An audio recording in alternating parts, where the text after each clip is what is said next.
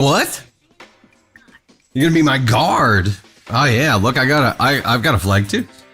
Woo, we can wave them together. You gotta wave it around like this. There you go. All right, let's get launched on the TikTok side too. TikTok. TikTok, you don't stop. What is up, everybody? Hey. It's totally radical. OMG, it's totally radical. In the wash tunnel. Michelle, is that what they call a car wash? There, where you're from? Elise, member for 20 gosh heckin' months. May the record show I am in attendance. Fine.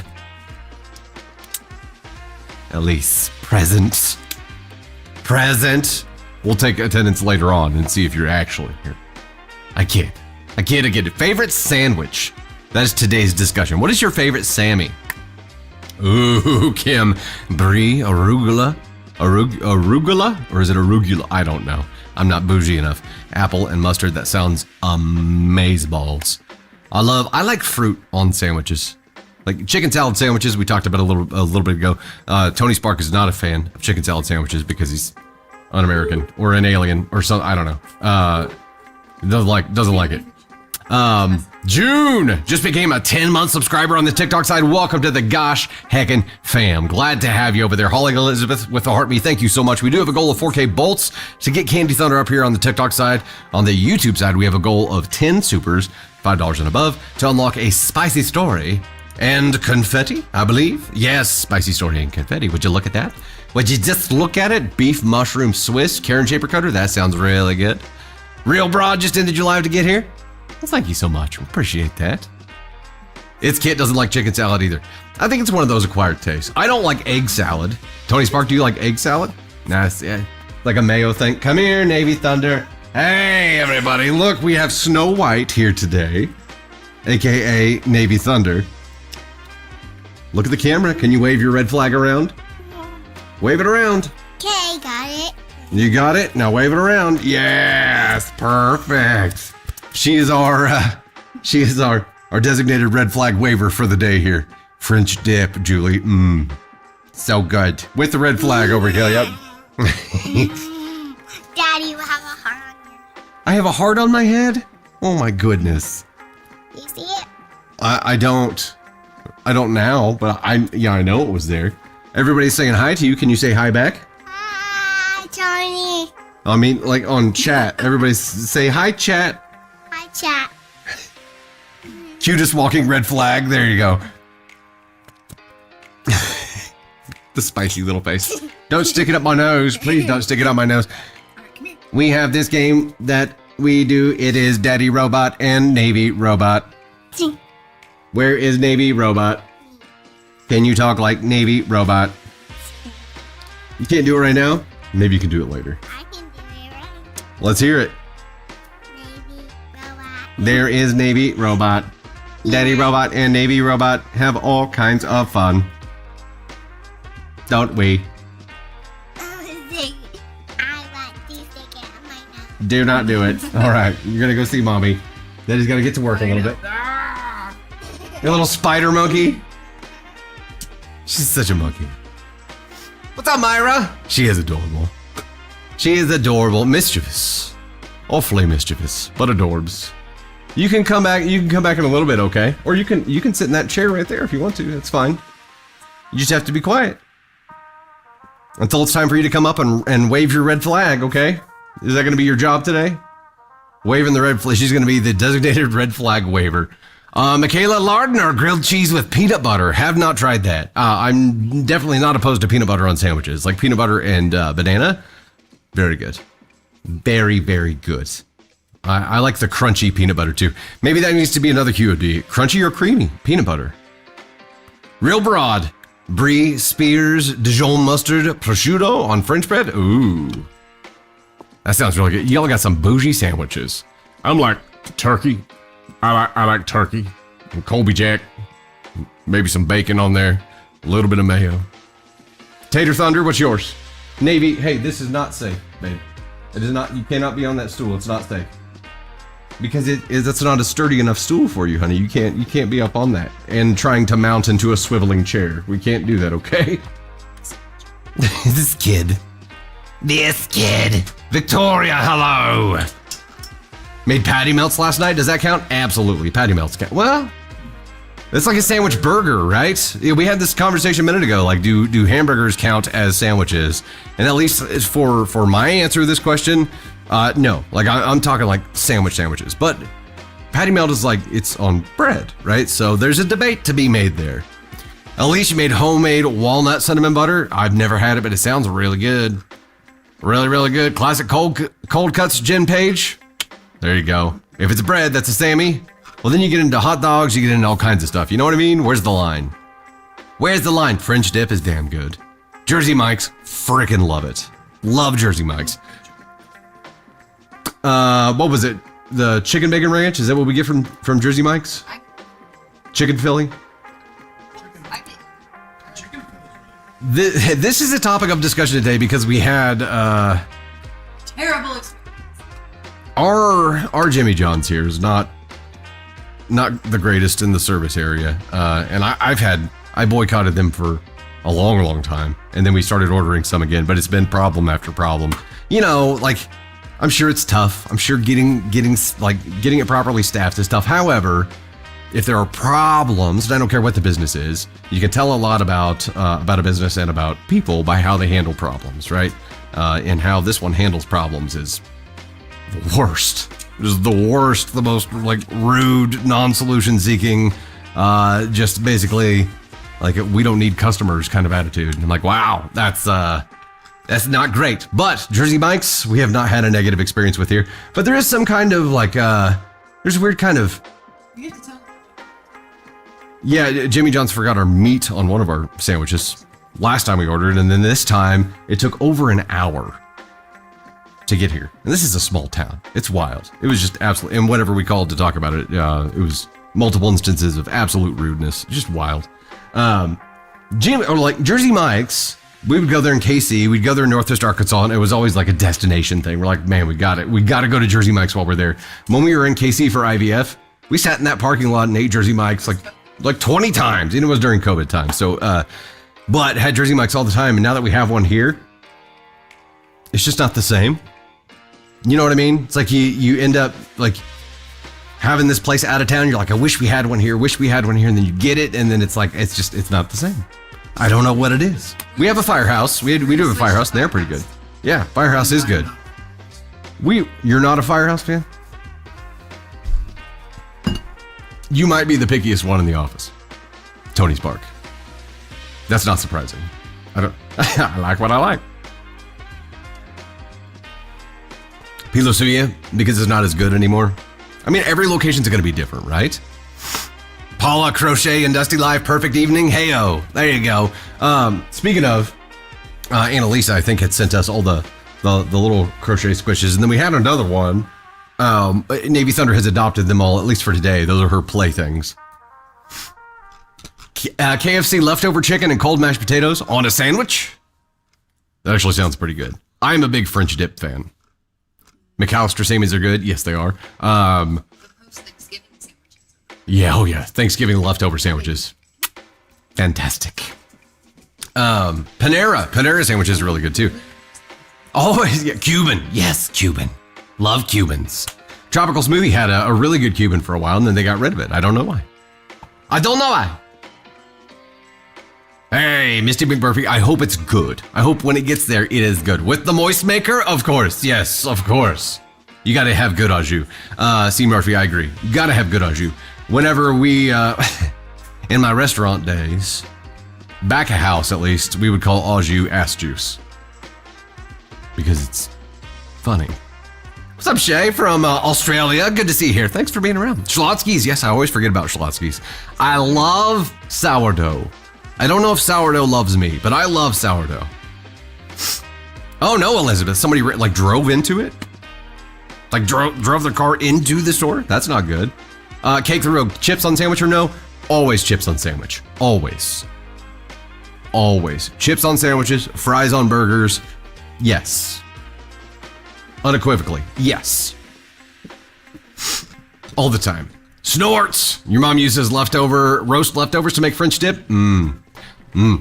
Yeah. So I used to use when we had like chunks of prime rib at Outback Steakhouse when I worked the grill, and it was, too small to keep.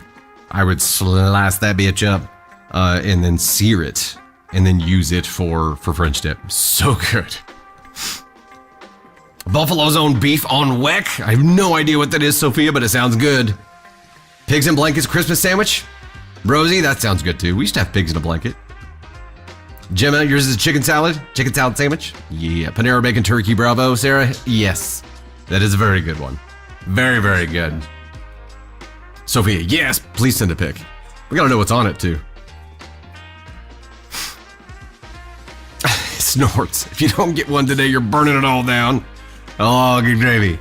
Thank you guys so much for being here. Welcome to the gosh heckin' stream. Just for your important information here, I'm still pretty freaking sick, but propped up by a decent amount of medication today again, so I'm determined to make it through the stream. However, I may be blowing snot out my face intermittently throughout, so apologies ahead of time. It's probably gonna happen. That crap is moving through the office and moving through our town here.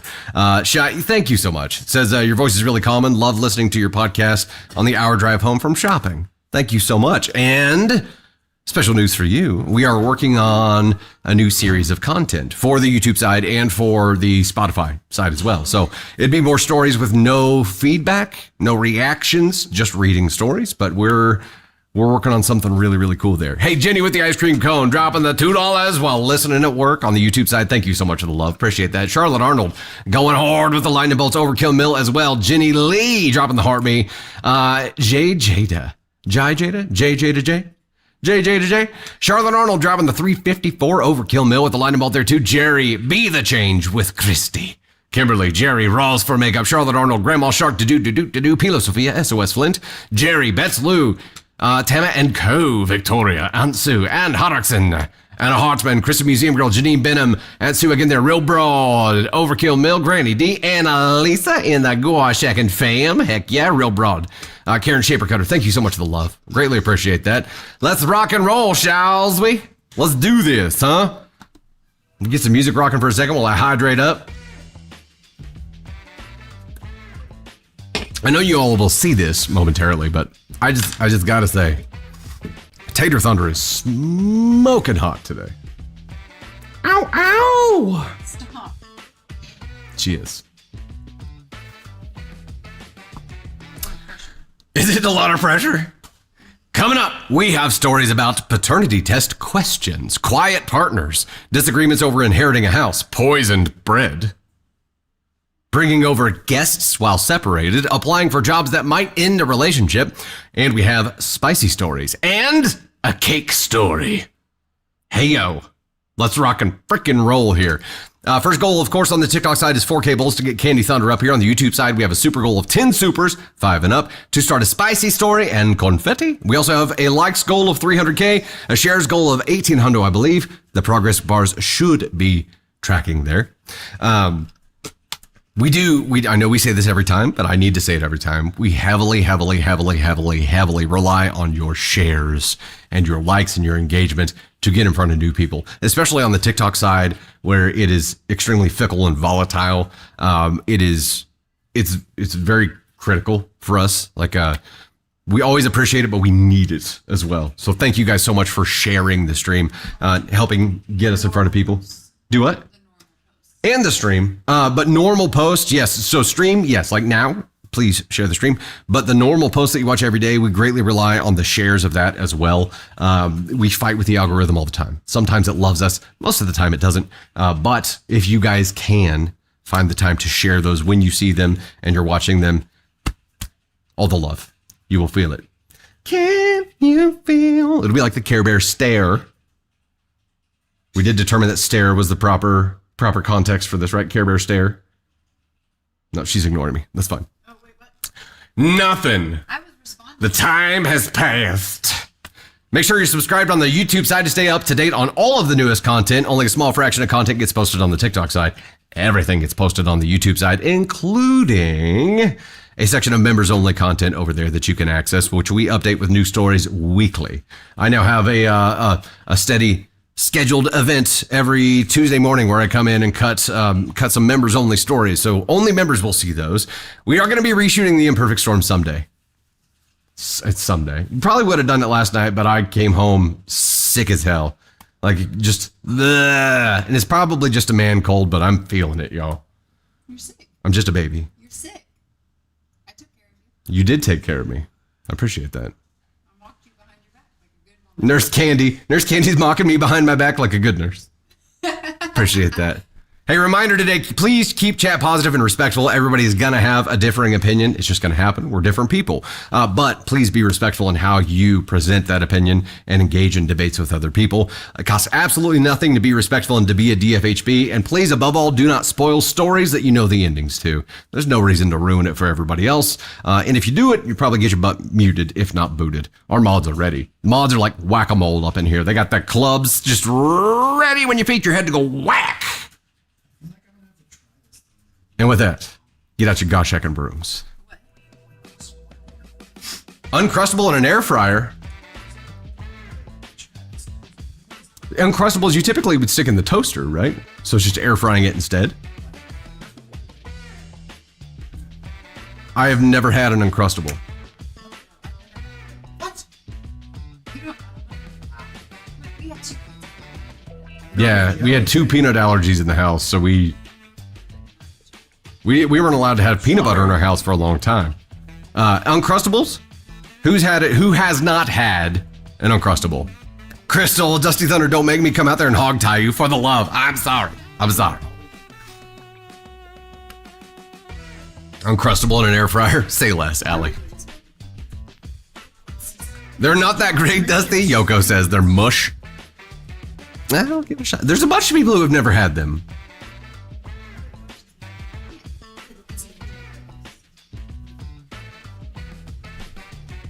Uncrustables are amazing, Jennifer. Huh. Totally radical. Never had one, but your brother has, so maybe by association you've had one. Yeah, genetically. Sure. I'm with you. New Zealand doesn't have them. Ryan never had one either. See? Plenty of people haven't had them. Plenty. You know what? If it was something that, Navy Thunder might like them, and we just don't know yet. Typically, it's, the snacks that she likes are what we get to have because that's what's there. All right, ladies and gents, let's go ahead and get this party started. Today's show was brought to you by producer Tony Spark, who put our stories together for today. He says we got a good mix of stories in here. We got a couple of brozo moments coming up. So much love to Tony Spark, who in the past couple of months has been working his tail off on his fundraiser event that went off last weekend without a hitch. There was a tech gremlin, but we got past it. There wasn't a tech gremlin until I walked in the building, and then all of a sudden there was a tech gremlin. I swear, y'all. It's because they come out of your ass. It's me. Candy Thunder says they come out of my ass. I did fix the tech gremlin. Don't know how, but fixed it. Might have caused another one in the process, but we won't talk about that. We won't talk about that one. Hey, there's Dusty Thunder with a story for you. This one comes from AITA and is titled, Am I the Astronaut for Not Stopping My Husband from Getting the Paternity Test? Let's do a poll. You game for that, Candy Thunder? Poll, am I the astronaut for not stopping my husband from getting the paternity test? I'm saying NTA. Look, if your partner is like, I'm getting a paternity test, number one, you're not going to be able to change the outcome of that test. So why would you prevent it? But also, I imagine, if this is a position where like he's accusing you of something and is demanding a paternity test, I think asking for the test is kind of sealing the deal in the relationship in the first place. It's like asking your partner for a polygraph, right? If you're in the position where you have to ask for that, it's probably over. But why not let it happen? And either like let them show their ass in the process, or if something is going to be revealed that's going to be shocking to them, like you can't hide it forever, I guess. Still just going NTA. Kay Turner, what rodeo did I just scroll into? Hey man, I'm rocking the Howler Brother Pearl Snaps these days. Candy Thunder picked this one out. This was her personal favorite out of the ones I was getting into. And I gotta say, this is like, it's a Pearl Snap tech shirt. It feels like I'm wearing nothing. It took me 2 years to get you in a Pearl It did take you 2 years because I was like, I'm just not a cowboy. Like fucking She got me into pearl snaps here. Could be ESH. Ah, dang it. You're probably right. Poll has ended. 80% went NTA. Let's find out how right we are. My husband recently asked me for a paternity test. Why? Because our son looks nothing like him. I never cheated on him. I would never. He knows he was my first and only partner. I told him he can have the test. Who am I to stop him from it? He took the test and found out our son is actually his, and he seemed very happy. I told him, congrats. Now you're sure it's your son and you are paying child support for him. Oh, see? You asked for the test. You're sealing the deal. He asked, what does that mean? And I told him if he thinks I would cheat on him, then we truly shouldn't be married. I took my son and left, and we're currently staying in a hotel, and I'm gonna get divorced. He keeps calling and texting and begging me to come back, but I don't want to. He said if I had such a problem with the test, then I should have stopped him instead of allowing it and then acting like a bratty child and ruining our lives. Yeah, she was the one who did that. You're right. Yeah, it was her. It was her allowing it that ruined your lives. Not you're asking for it in the first place because you think your son looks nothing like you. I'm not sure how I'm the one ruining our lives. He's the one who thinks I'm a cheater. He should be happy he doesn't have to live with a cheater anymore. So the question was, am I the astronaut for not stopping him? No, this is a confirmed NTA here. I wish we knew ages in this of not just OP and OP's brozo husband. Let's go ahead and get that out of the way right now. Brozo. I wish I knew how old this kid was. You know what I mean? Because if it's a brand new baby, look like every brand new baby looks like an Eskimo, and they change wildly in their appearance over the first 6 months. First year, first couple of years, it changes a lot. So if this kid came out and is all swollen from being pushed out of a tiny hole, and he's like, looks nothing like me. You must have been cheating on me with some swollen looking dude. That's just brozo mentality. Just silly. Paula says, had she put up a fight, he would have accused her of cheating anyway. Truth. Zaina, I don't think so. I hope not. And if so, apologies.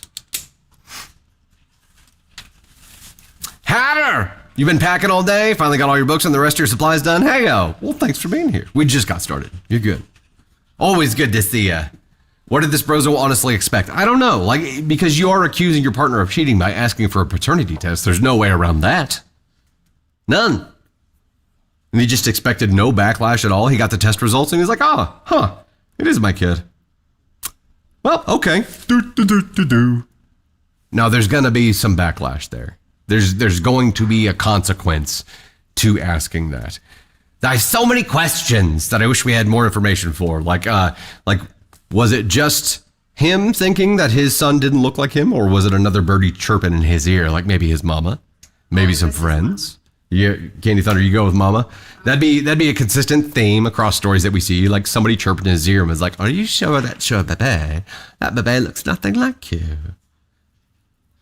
And then it could have been the whole dominant trait conversation too. Every boy in our family has had blue eyes and brown hair. This baby came out looking like a Lannister. You know, like who knows?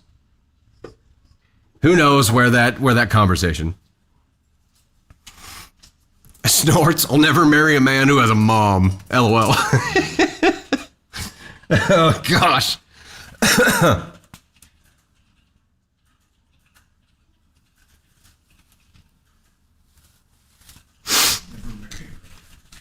Goodness. Squishy little raisins. Yeah, squish little raisins. There you go. Yeah, I found that out recently. Apologies, I had no idea that was a slur, but now I know, and will not be using it again. Now, this is not a defense, but in my upbringing, like that's always how my baby pictures were referred to, and all of us kind of in the family had a similar look. Hatter, you got your mattress and bed frame there. Now it's official. Once you get like a bed frame and a bed in there, like it's you live there officially, right? Officially. Blessed to have a good mother-in-law, Elizabeth Davis.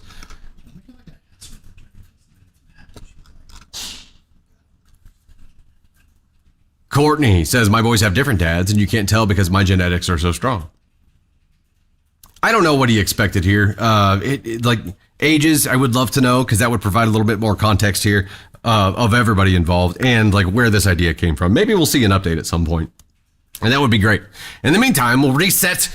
You know what? I'll go music interlude here since we can do that kind of thing without fear of crackly crap going on. Hey, Charlotte Arnold dropping bolts on the TikTok side. Space Cadet Esplenda, Joyce Brown. Space Cadet again there. Aunt Sue, Angelica, Cat Wiggins, Candy Thunder. Esplenda again, Diana C. Anthony. Angelica, Stephen with the rose. Thank you so much. Cat Wiggins dropping all kinds of bolts there. Elise dropping the hundo. Sarah Rosales dropping the 129. Melissa Elliott. You got to tell me at some point in your life, like, you seriously consider going by Missy Elliott, right? Or did you go by Missy Elliott and then at some point, like, stopped? Elise dropping the heart me there too. Sarah Rosales, Candy Thunder, Amaldine Shepherd, Cat Wiggins dropping the 105, Becca, Aunt Sue, Kim Jelly Klinger, Pam Sowers, Quiet Knitter, Jerry Hill. Thank you all so much. Appreciate that. Charlotte Arnold passing 240 in the bolts right now. Steven with more bolts there. Jerry has Splenda with the team cheers. Thank you. Appreciate that. Angelica says, I'm jealous. All my kids look like their dad. We've got a mixture. I think all of our kids are like a blend of parents. And because we're a blended family with 3 sets of parents involved, you know, sure, there are some shared traits throughout, but everybody looks a little bit different. MBW, Caden's my twin. He's got quite a bit of his mom in there too. Joyce, we did figure out what was causing the crackle, and we actually have. How long is that documentary edit looking like it's going to be right now, Caden Thunder? He's not. Oh, he left. He was too cool to hang out with us today. Oh, if they can see it. Yeah. I think you can see this. That's Navy right after birth. She was dark. And she got stuck. Whenever she first came out, we were like, oh my god, she's got like these full lips. That faded because it was only that way because she got stuck on her way out, and it was she got stuck on Candy Thunder's tailbone. She was just swollen generally. Joanne Harrison dropping the 5 on the YouTube side says, my brother-in-law told my husband that our first son had to be someone else's because he's a brunette. My husband is a blonde. I'm a brunette. Little birdies chirping. I can't. Okay, so if there was not a little birdie involved in this story and it was just his own thought coming up, then that's coming from a place of some deep insecurities, right? It's got to be. I mean, how could, like, seeing your child, how could one of your first thoughts be, I don't think that's my kid? It happens to people, though. It does. One canal birth, 4 cesarean snorts. Man, we had a scary moment with Navy Thunder when she was stuck. Had to get the salad tongs out. Yep. Hi, kiddo. I just look up and she's getting into mischief and gives me the cute little smile. Yeah, her clavicle was broken on her way out. Hey, we're on 3461 to 4K right now on the Bolt Goal to get Candy Thunder up here. We're going to go ahead and rock over to the next story. In the meantime, though, hey there, it's Dusty Thunder once again with the story for you. This one comes from Relationship Advice and is titled, My 27 female boyfriend, 23 male, is insanely quiet around all my friends to the point that I don't want to bring him around them. Is there a way to help him?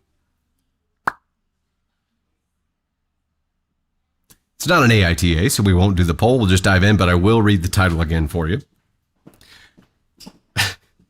My 27 female, boyfriend 23 male, is insanely quiet around all of my friends to the point I don't want to bring him around them. Is there a way to help him?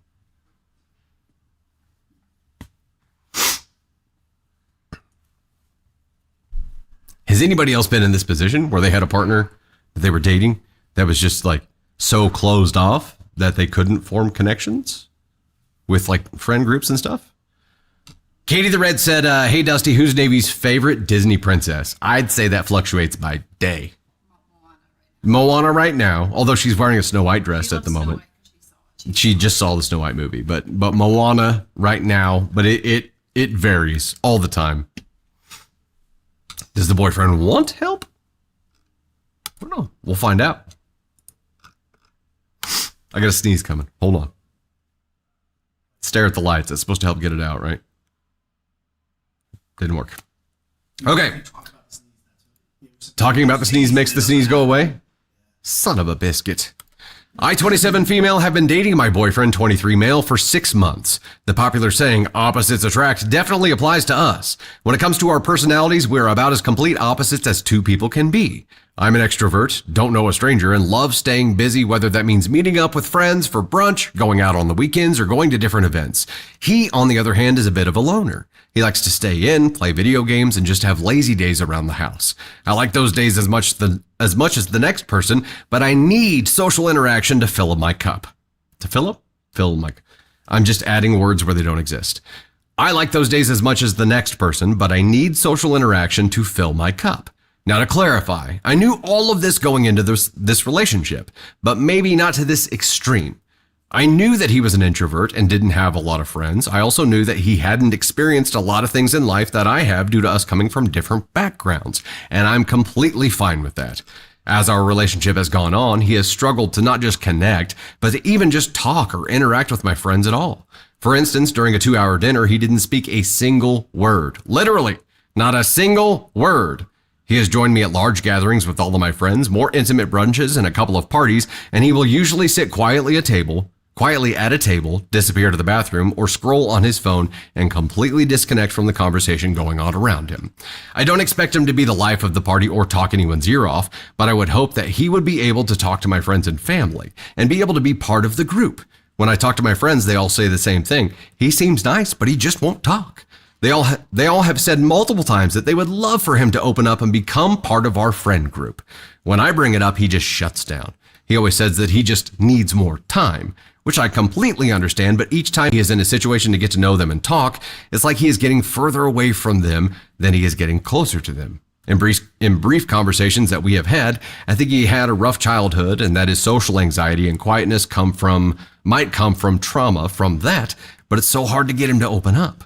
When it is just the two of us, he is somewhat more expressive and talkative, but even then, it can be a struggle. I feel like he would greatly benefit from therapy. I'm a big believer in therapy, but I don't even know how to broach the subject without him getting upset or offended.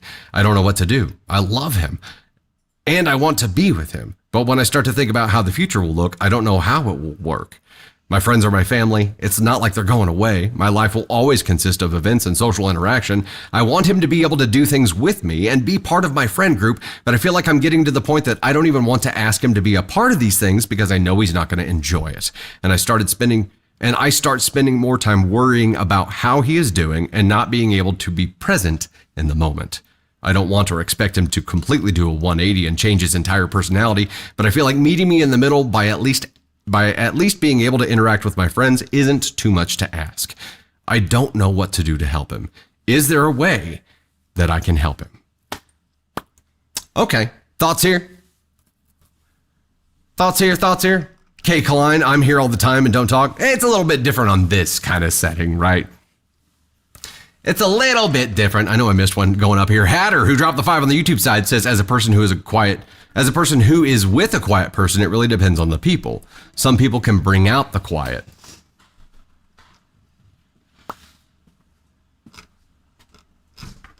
And Angel dropping the 5 on the YouTube side. Why does he have to get to know them in group settings? Bring one extra human over at a time. Work with him, not against him. There's an interesting point. That's an interesting point. Okay. So instead of doing like multiple people in there, maybe it is overwhelming for him to have multiple people that he doesn't know as well there. So maybe bring one friend in at a time and experiment, right? See if that helps him open up a little bit there too. But as OP says here, even when they're one-on-one, it's a little bit better, but not a lot. And it sounds like there's a rough past contributing to this as well. So, gosh, I'm sure it's pressure. I'm sure that, this is something that he obviously struggles with, and maybe pressure in general just exponentiates that and just makes him shut down. Now the question is How do you fix that? How do you move forward from there in a way that tries to improve upon it, right? And while we're thinking about that, I'm going to give some thanks for the goal that we met on the TikTok side, and serendipitously, you've unlocked Candy Thunder, so we can bring her hot ass up and and get her input on this story as well. In particular order here, Charlotte Arnold dropped 1.6K to help us meet this goal. Hell yeah, thank you. Then we got Overkill Mill at 751, Bailey Chapman at 525, Catch W at 308. Then we got Aunt Sue, J Puff, Elise Kutch, and Hartman, United Snorts of America, Candy Thunder, Kitanis, Joycey Brown, Melcy Jane, Bets Lou. We've got J, Meloso, and Hot Oxen, Violet Green, Real Broad Zuba, Jenny Lee, As Plunder, The Funny Farm, Christian Museum Girl, Jerry Lee Go Forth, and Lavi Da Bee. Thank you so much for helping us hit that goal. We're going to get the next one set up, and this one will unlock Tony Spark, A Cake Story, and Confetti. Hell yeah, you get the triple treat there. The triple treat. We still haven't started using this multi-gift goal that TikTok is making a bit. They have a thing now where it's like a combination of gifts. It's a little weird. We haven't used it yet. We need to do some experimenting with it. See if I can find the proper goal here. Okay, and again, that is for Tony Spark. Tony. Cake Story. If I could spell correctly, this would help. And confetti. All right, ladies and gents, we are going for 3K finger hearts. Up, pinning that. There we go. Getting back to the scene. And, oh, hold up. Not that we need the heat lamps. There's no heat. You're already steaming it up in here, Tater. There's no heat in the story. But it's Tater Thoughts. We got to get the heat lamps on. Ladies and gentlemen, for the first time today, Candy Thunder. Oh my God, it's Tater. Hi. Hi, Tater. I think as social settings are incredibly hard for me to put myself out there and not feel awkward and like think about everything that I'm saying. Even just coming on camera in the beginning was very hard. Now it feels like second nature because I've done it so many times, which goes into like what someone said about bringing one friend at a time to get to know them so that they feel comfortable with more than just their partner. And I keep seeing this like 6 months is not that long. But to me, that is a long time. Like if I'm going to invest 6 months in a relationship, that's because I see that relationship going somewhere. Yeah. But I know after a couple dates, whether or not I could see a future with that person, whether or not I'm compatible with that person.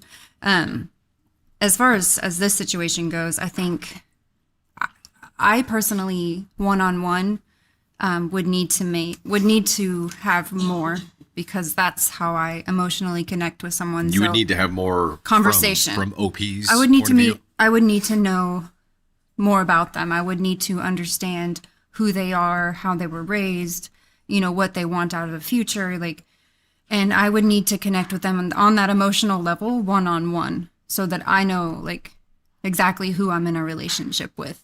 And if I'm not getting that from someone after 6 months, I would say that we're probably not compatible. But I understand trauma, and I understand that, it really shapes who we are. How our childhood is really shapes, and I'm learning that more. It really shapes who we are as a person. We're basically just grown children who get to do fun things. But I think in this instance, if you truly love this person, I would give them more time, but I would also have, this is what a relationship means to me, and this is what I need from a relationship to connect with you on an emotional level. Like the friend stuff can be put aside because that does feel like pressure for someone who is highly introvert. And pressure would exponentiate that, right? Yeah. So pressure, if someone told me that I need you to be more when we're in a public setting, you'd be less. I would be less. Yeah. I would revert. I would feel more self-conscious about what I'm doing in that social setting. So I think if I would try to connect more emotionally one-on-one, and then introduce them to a friend that I know understands it and gets it, and see if it's even going to work moving forward. But if I'm not getting that one-on-one connection, then there's no point in having the relationship, because I would emotionally need that.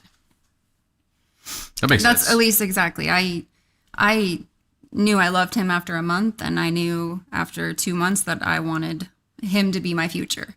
So I think after a couple months in a relationship, She's actually still deciding. The decision is still up in the air. Yeah. I knew after a day. You know. She's still trying to. For me, decide. Like I knew that I wanted to be with him, and I knew that like I loved how he made me feel, and I loved being in his presence. He made me feel comfortable, and to me that was a refreshing change from the previous relationships that I had attempted. So a couple of ideas here. And by the way, Joanne Harrison dropped the 5 on the YouTube side, said, my husband used to be an extrovert, but when his MS caused him to have a reduced use of his right arm, he became almost a total introvert. I get that. I get that too. I mean, something changes, and I'm sure there's a lot going on there. Yeah. I think as a standalone in a people environment would be an extrovert. With Candy Thunder in a people environment am an introvert. Off on you. Yeah, like we prefer each other's company over everyone else. I went to, Tony's auction is just very laid back and chill, and in that environment, I didn't feel a hint of introvert, except for when they thanked our business for. And you were the only one sitting there because I was up trying to battle tech gremlins. That's neither. I didn't feel that, but other people in that setting would have felt completely like overwhelmed and overstimulated in that moment. And I get that feelings for when I was younger in my 20s. New relationships were hard for me because it was really hard for me to open up and speak to people. Age does contribute here. And the older I've gotten, the more I've gotten comfortable in my skin, and the more, I can communicate and chat with new people. But there's just times where it's incredibly hard. But I think going to a dinner for 2 hours and not saying anything and not communicating with the people that are there, even if it's just a couple sentences, that's a lot. That's a lot to deal with in a relationship, which tests the compatibility of the two people that are in the relationship. So, Crystal, you make an interesting point here. And she says, I accept that when I meet Gemma for the first time, I will have to talk to wear a Stitch blow-up costume and probably sit back to back with a door between us. It's okay. I will love it.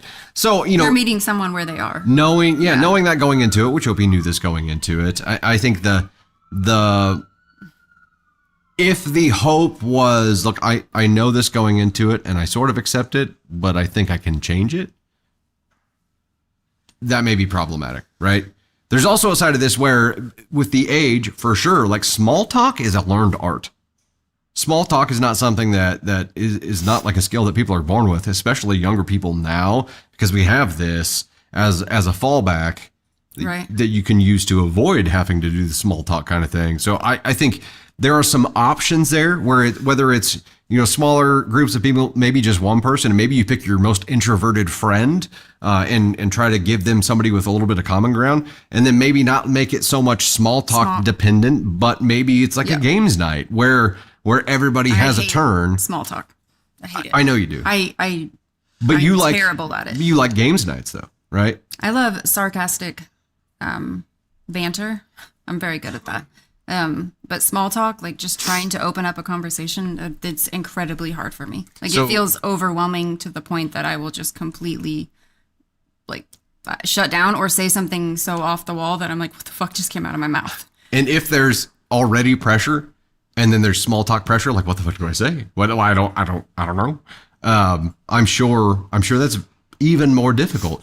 The first time you met my family, we played Cards Against Humanity. Yes. And that was, I think, a great way to intro into it. There's no small talk pressure at all. It's everybody gets his turn, and it becomes something funny that people can bond over, right? Yeah. Maybe some kind of structure like that would help tiptoe into that. But this isn't just a meeting new people friends issue. This is a person issue where they're very closed off to begin with, and there's a lot behind that. So I don't know. I think there's a decision to make here where it is I'm going to meet this person where they at and be completely accepting of who they are, where they are, and let them move at their own pace, or maybe have some kind of agreement and conversation there where it's like, hey, Do you want to open up more? Do you want to converse more? And if that's the case, then come up with a plan together to kind of tiptoe in that direction with a games night kind of thing, with smaller groups, maybe find the introvert. Like there's some options there,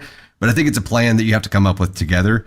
Otherwise it's pressure. There you go, OP. Cards Against Humanity. Yes, Cards Against Humanity. That would break the ice. Yep. Come here, babe.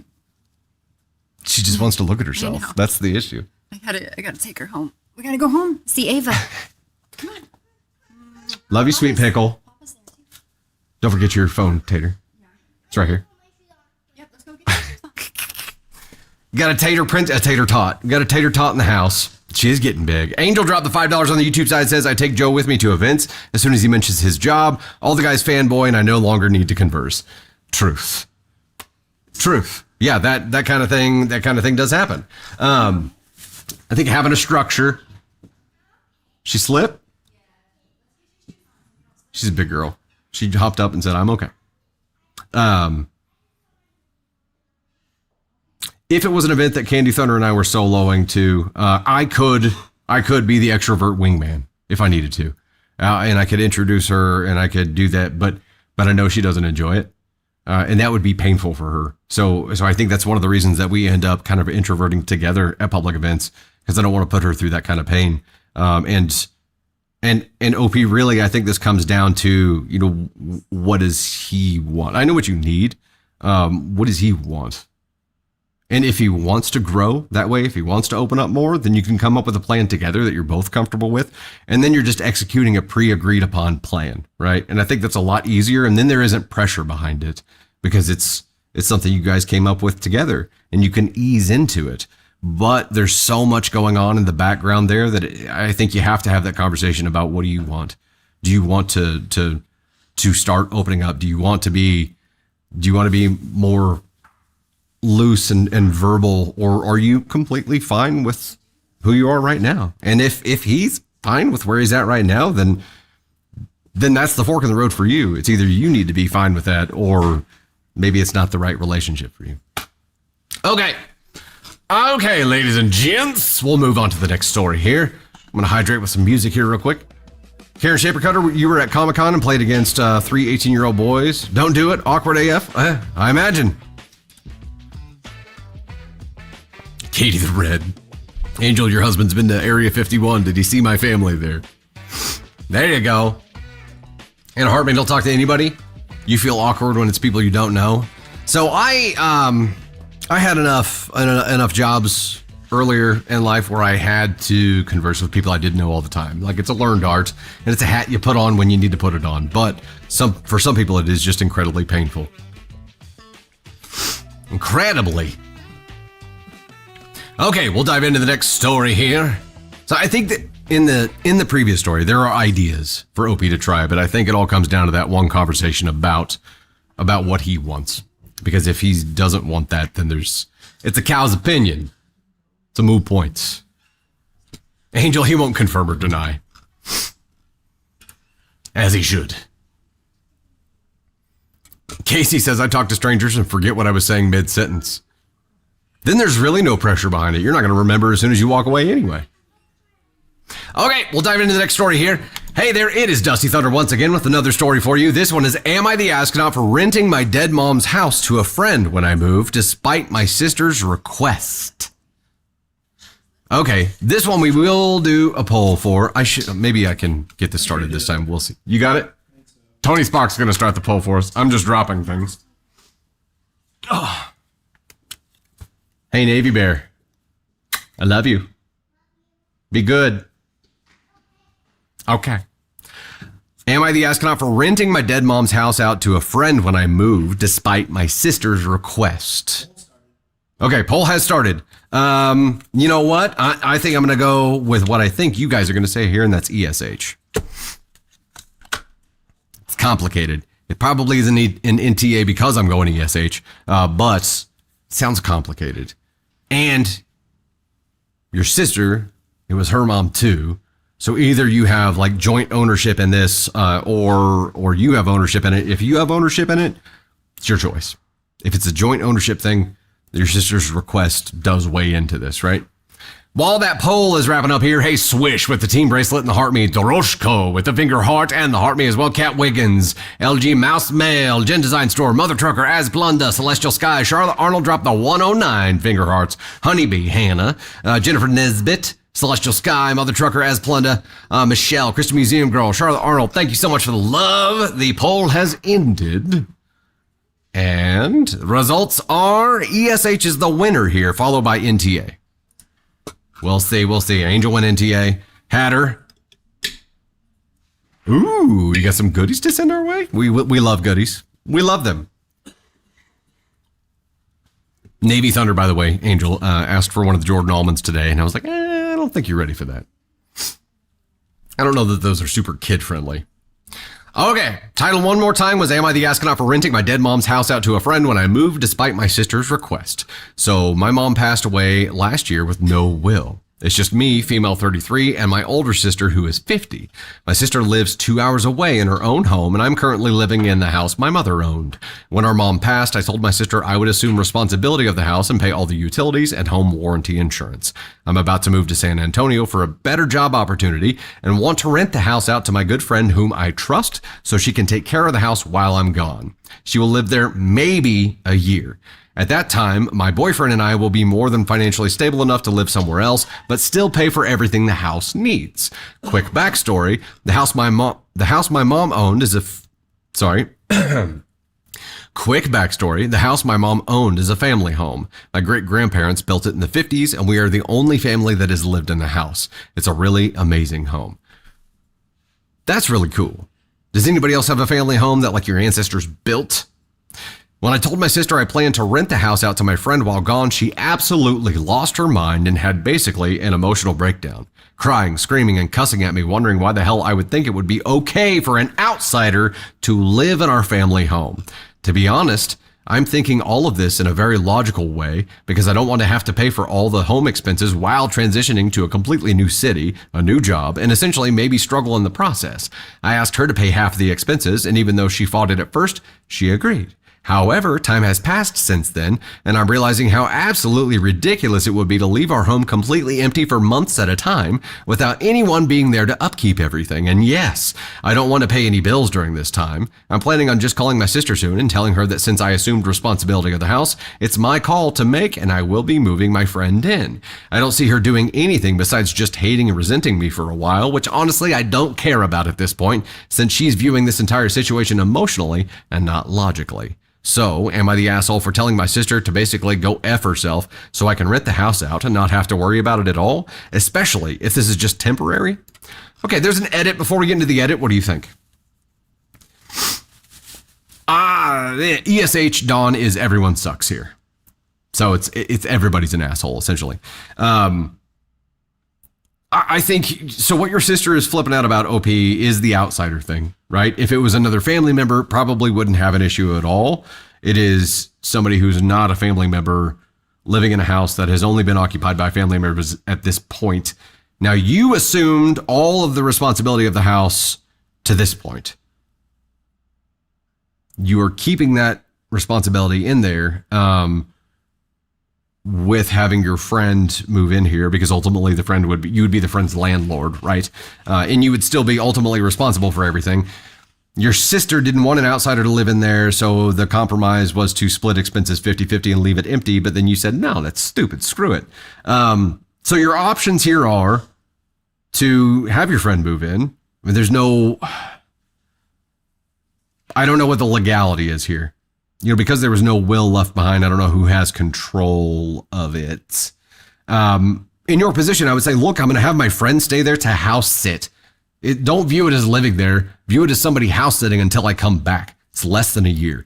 Or the other side of it is, if your sister's not comfortable with that, she can pay all of the expenses, which is going to have to include somebody coming by at some kind of periodic interval to make sure everything is okay, because shit can happen to dormant houses, right? Just because you're not there doesn't mean something's not going to happen. Elise Newman dropping the 5 on the YouTube side says, my mom's parents built a home in the 50s with her uncle as a neighbor, and my dad's parents bought it in the 60s. That's how my parents met. That's a Hallmark movie in the making right there, tell you what. Felicity, just happened to your dad? You don't want to leave a home empty like that, Kim. Agreed. Leaving it empty is, squatters you would have to worry about. You also have to worry about like winterization, depending on what part of the country it's in. There's a lot of things that you have to worry about. Dilapidation happens, right? It just happens. As Blunda, leaving it over the winter would be crazy. People watch homes after someone dies. There's bound to be a service that can come periodically, like keep up on things, and I mean there are some options there, but having your friend, it sounds like your view on this right now is essentially, look, my friend needs a place to stay. I need someone to look after the house. So for you, it is a house sitter. For your friend, it's a place to rent. But for your sister, it's a violation of like a family bond. But your sister's not there. Does your sister have a family member ripe and ready to move in there? Because you can't leave it empty.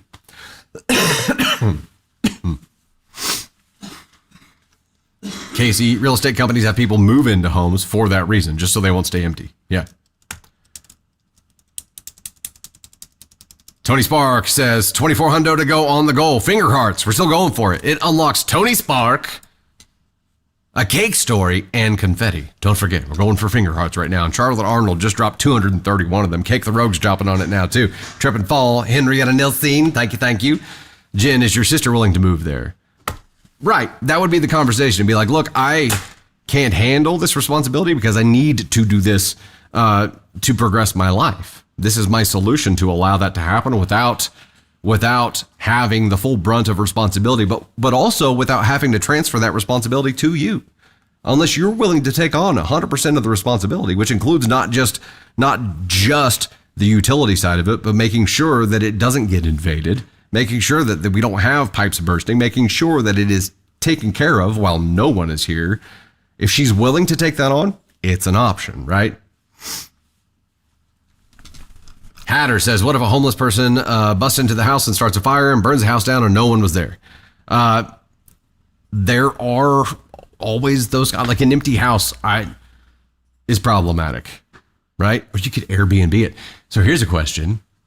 If OP were to say, okay, instead of having someone live there for a little less than a year, if I turn it into an Airbnb, those people are not living there. They're staying there for like up to a week at a time. Does that make it different? Angel dropping the $2 said, sister's feelings are still valid. No will equals 50-50. Okay. So there's 50-50. So now that's tough, right? In the event of a 50-50, you have one yay and one nay. What do you do? Is that one of those two yeses or one no situations?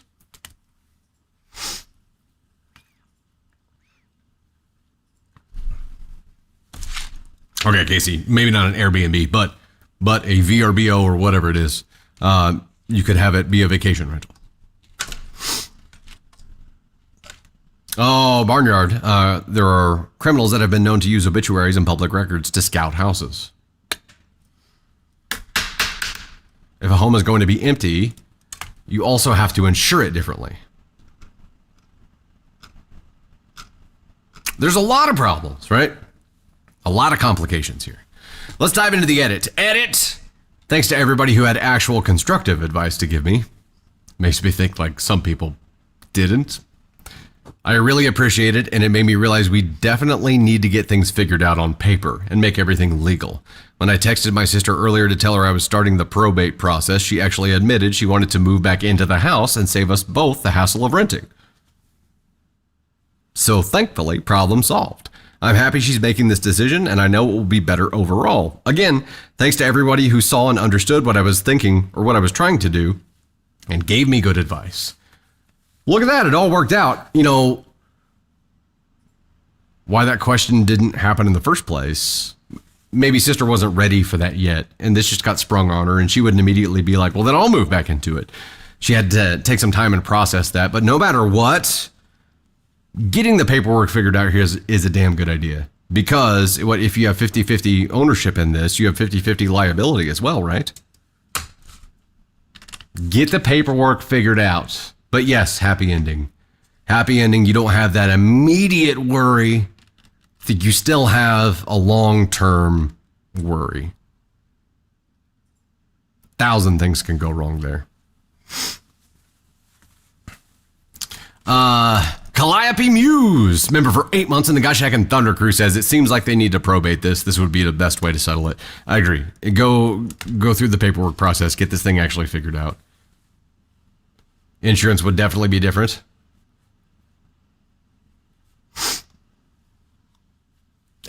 Casey, you're fine. You're fine. Jess says, at Barnyard, putting your son's laundry away. I figured I would listen in. Welcome to the show. Glad to have you here. Glad to have you. How do you hate probate? I mean, I'm sure that there are pains involved with it, but there are also some benefits involved with it as well, right? What's up, Magic Drop? Mr. A, hello there. Hello. Thanks for hanging out with us. What's up, Lady Giraffe? Jumping in now, too? Cool. It is a happy ending, and we're thankful for that. I think your problem is solved in the short term, OP. Your sister's moving back in for how long? And since she's moving back in, is it still a 50-50 thing, or is this going to be handled differently in probate? What? Get it straightened out. Get it straightened out. Was he intending to move back at some point? They're both she's, but yeah, that's a good thought there, Karen. OP did originally no. OP was saying that she was moving to expand her job opportunities, and then after a year, she's planning on her being in a better financial position with her partner to be able to do what they need to do and have a house outside of that community, but also be able to handle the expenses tied to this house as well. So no, she was not planning on moving back. Charlie Diego, still sick AF, but I'm surviving. Magic Drop, thanks for the reminder. Tippity tap, send the love by liking the stream. Greatly appreciate that. Thank you so much. I'm gonna get some music rocking here. Wow, wait, hold on. Hold the phone. Did not make an official determination here for Am I the Astronaut for renting my dead mom's house out to a friend when I moved, despite my sister's request. I think ultimately, I think this goes to an NTA for me because she was open to alternatives. Yes, the sister had a protest to it, but didn't have a solution to it yet. At the end, when the sister presented a solution to it, OP accepted.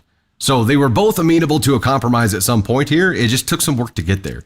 And compromise is like that, right? Sometimes you have to struggle through to be able to see an opportunity open up that does link to a solution. And that's what happened here. So I don't think there was anything malicious behind it. She was really trying to do what was best for the family and for the house and for herself. With her original idea here, didn't ever fathom that sis would be willing to move back into the house until she brought it up. So I'm going NTA here, and it all worked out for everybody.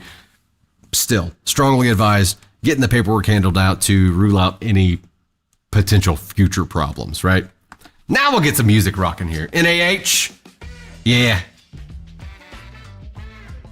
Not assholes. Real Braun, you been sick too? Gosh, this head crud that's going around is just terrible. Candy Thunder did medicate me last night. I slept when I woke up today. You know, everything, my body's like a snot factory right now, and everything it produced overnight was all like thickened up and congealed. I know that's gross. I should stop talking about it. But it's a journey. It's a journey. I don't have an NAH ticket. I have an NTA. Is NAH just the ESH version of NTA? Probably miscommunication. Yeah. New F-Gal? Yeah. Yeah. JJ, who? No assholes here. The old Vicks steam and a towel trick. So Candy Thunder has like a face steamer, and I used one of those with a towel over my head and forced it through whatever side was impacted at the time, and it does help. It really does. Also, my pores are just wide open after that, right? It does help, but only for like a small amount of time, and 30 minutes later, your body's like, oh, we gotta ramp up production on the snot because he just got rid of it all, you know? It's wild. Hey, Beth Barr, Charlotte Arnold dropping the 94 finger hearts there. Elise, Meg, Cake the Rogue dropping the 168. Adventures with Pam, Amber Bradshaw. We are at 11:30 of 3K on those finger hearts right now. We need to rock and roll so we can get that cake story and Tony Spark up here. 8777, Trip and Fall, Amber Bradshaw, Henrietta Nilsteen, Charlotte Arnold dropping the 231 finger hearts there. Hell yeah, thank you. Trip and Fall again, Boo Boo, Shadow Wolf, Ada, Michelle, thank you so much. Let's dive into the next story here. Number 4, right? All right. Hey there, it's Dusty Thunder with yet another story for you. This one is from AITA and is titled, Am I the Astronaut for Making Cinnamon Bread for My Sisters-in-Law When My Mother-in-Law is Allergic to Cinnamon? Okay. You want to start a poll again for me, please, sir? Am I the astronaut for making cinnamon bread for my sisters-in-law when my mother-in-law is allergic to cinnamon? Setting kind of matters here, right? We don't get that yet. We're playing the game just based on title alone, making a guess. I'm going in TA because you're making it for your sisters-in-law. It wasn't for mother-in-law. It was for your sisters-in-law. So mother-in-law apparently is operating under the assumption that if she can't have cinnamon, no one will. Now, if she was bringing cinnamon bread to an event where mother-in-law is going to be there and she's highly allergic, like can't have it in the house at all, then it's something different, right? So setting does matter here, but operating off title alone, it's for sisters-in-law, not for the mother-in-law. ESH is everyone sucks here. Did you decide to make mother-in-law anything else? Good question, Bobby Jean. We'll find out. A life without cinnamon? I don't like cinnamon. What? I don't like cinnamon. You like cinnamon rolls?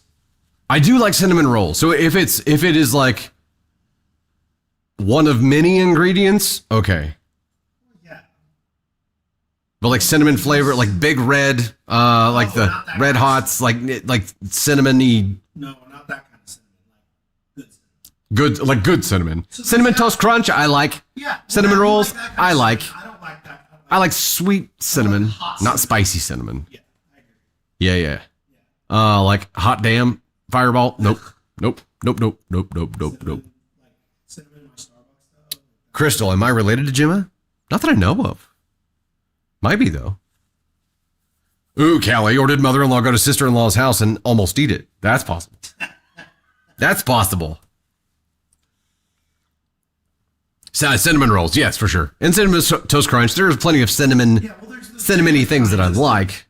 There's 2 different kinds of Well, cinnamon. I feel like there is because like a cinnamon, like in a hot damn or a Fireball, is not the same as a cinnamon that you have in a cinnamon. I agree. And like Elise says here, Red Hot and Big Red like items should not be allowed to be identified as cinnamon. I agree. Okay. Correct. Then I like cinnamon. Same. Okay. I just learned something new about myself today. I hate that. Like fakes. It's like a fake. I don't even know. Why is it even called? I don't know. It tastes like I don't know. Okay, let's dive in. Wait, where did the poll end up here? oh no. NTA led it. Let's find out. I, female 22, have jumped on the sourdough bread train. Hey, oh, real broad.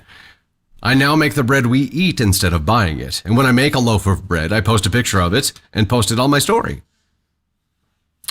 I've had several people slide up and say they would love a loaf, including my in-laws. Right now, we are home visiting our family. I brought my starter and baking supplies to make loaves for the family who have asked while staying at my mom's. For my in-laws, I made 3 loaves. The sister-in-laws, high school age, wanted a cinnamon swirl loaf, so that's what I made for them. My mother-in-law says she's allergic to cinnamon, so I made her 2 small loaves, regular and cheddar jalapeno. There we go. She did make something for mother-in-law. She didn't just say, screw you. I baked her loaves first to avoid any cross-contamination, and I wrapped the cinnamon loaf and put it in its own container separate from the loaves that would go to mother-in-law. When I dropped them off, I made sure to tell them that 1 loaf was cinnamon. Okay. Green flags to OP so far. So far? Yep, so far. Took every precaution? Precaution. I'm going to wave the caution flag. Took every precaution, was very careful, made her something different, made her 2 somethings different. Like, I feel like went above and beyond right now. Words are hard. You know what? Yeah, we can go ahead and do that. That was pretty bad. I had like 4 things in a row. I feel like I have a balloon inflated inside my head too, so I'm going to blame that. And ultimately, I blame Navy Thunder. She's a little germy cesspool that brings all the germs home, so. She's cute, so she gets away with it. Precautions. I'm glad you guys accepted me for who I am. Today, while we were there, mother-in-law cut herself a slice of the cinnamon bread, saying she wanted to taste it. All of us said that she really shouldn't since she's allergic to cinnamon. She said she would avoid the cinnamon swirl and just eat the plain bread. After more protest, it was clear that she was not going to listen. She ate it, said it was good, and cut another slice. After a while, nothing happened. My husband and I assumed that maybe she isn't as allergic as she thought and everything was fine. We went back to my mom's house, and an hour later, both of our phones started blowing up. Mother-in-law says I gave her horrible diarrhea with my nasty bread and is now claiming that I tried to poison her by giving them bread that has cinnamon in it. What?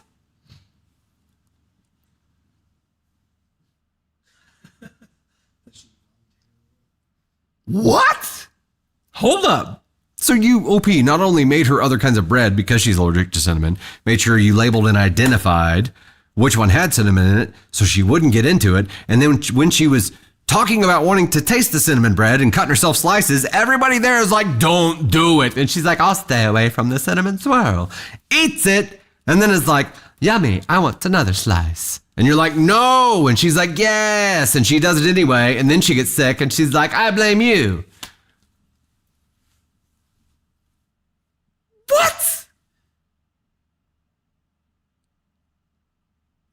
I don't think that's how life works, mother-in-law. Katie the Red Drop in the 2 said, it's almost like when you F around, you find out. Almost.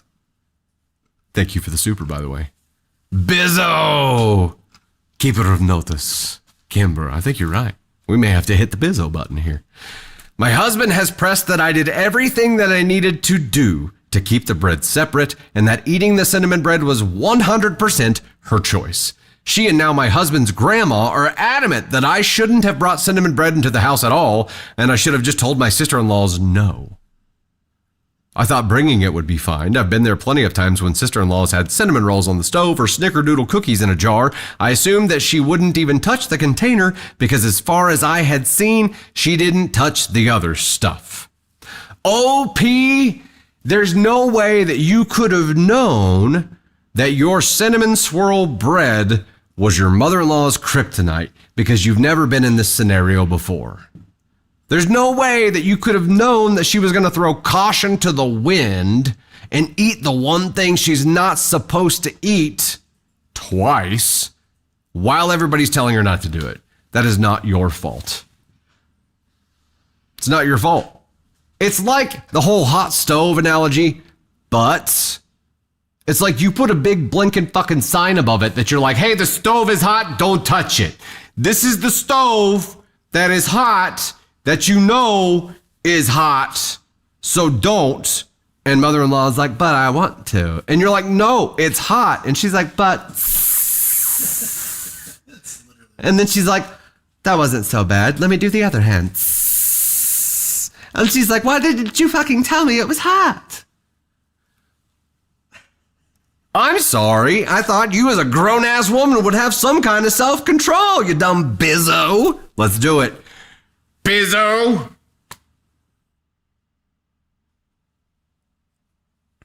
In other news, now you know what her kryptonite is. Cinnamon raisin bread. Or maybe it's the raisin part of it.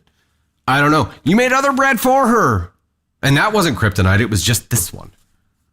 And the fact that you, as evidence, have stated you have seen cinnamon rolls over there on the stove before. You've seen snickerdoodles in the jar, which, by the way, love snickerdoodles. I do love cinnamon. Who'd thunk it? I just always mentally associate cinnamon on its own with the nasty cinnamon. I can't do it. This is not your fault, OP. Okay. All right. Now, mother-in-law called up her mom, of course. Gave her her side of the story. That's why she's involved now. So her vote kind of doesn't count here, right? But how? How is anyone going to accept this narrative? Everybody has to understand this. Your sisters-in-law, they certainly understand. They were there. Your husband was there. He backs you up. He's like, you did everything you could. You can't stop people from being dumbasses. Dumbass gonna dumbass. Bizzo gonna biz. What are you gonna do? What's up, Sarah Prigg? Joining you on your 7 a.m. walk around. Hey, look at that. 7 a.m. Wow. Wow. Rosie says, so is mother-in-law intolerant? Because that doesn't sound like an allergic reaction. Possibly. Yeah. I mean, she ate 2 slices of something that she's allergic to and she got the scoots. And it's somehow your fault. I'm like, yeah, it was so nasty you ate a second slice. Next time you should make it for her, though. Just like seep back out of her hand and be like, sorry, I'm just trying to help you. Yes, you have to take more drastic measures next time, OP. You have to forcefully remove it from her hands as she's trying to put it in her mouth. And if you don't make it in time and she's already got it in her mouth, dig it out. Dig it out. Perform a forceful Heimlich and make sure she does not ingest that cinnamon swirl bread.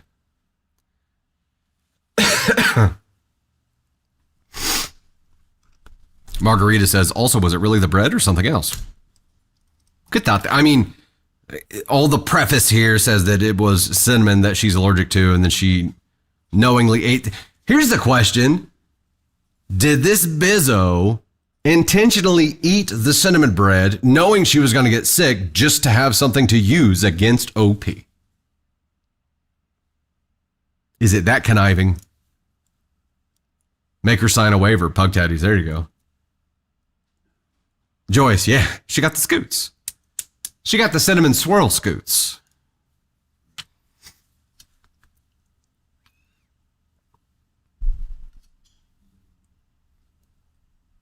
Okay. It looks like Chad is like, yeah, that's what I was thinking. Oh, crap. She did it just to have something to use against her? Wow.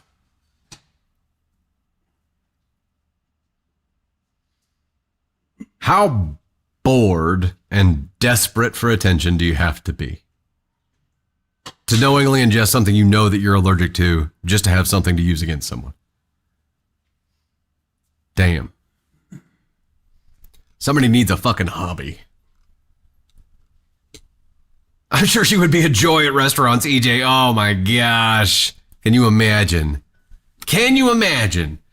All right, segueing here.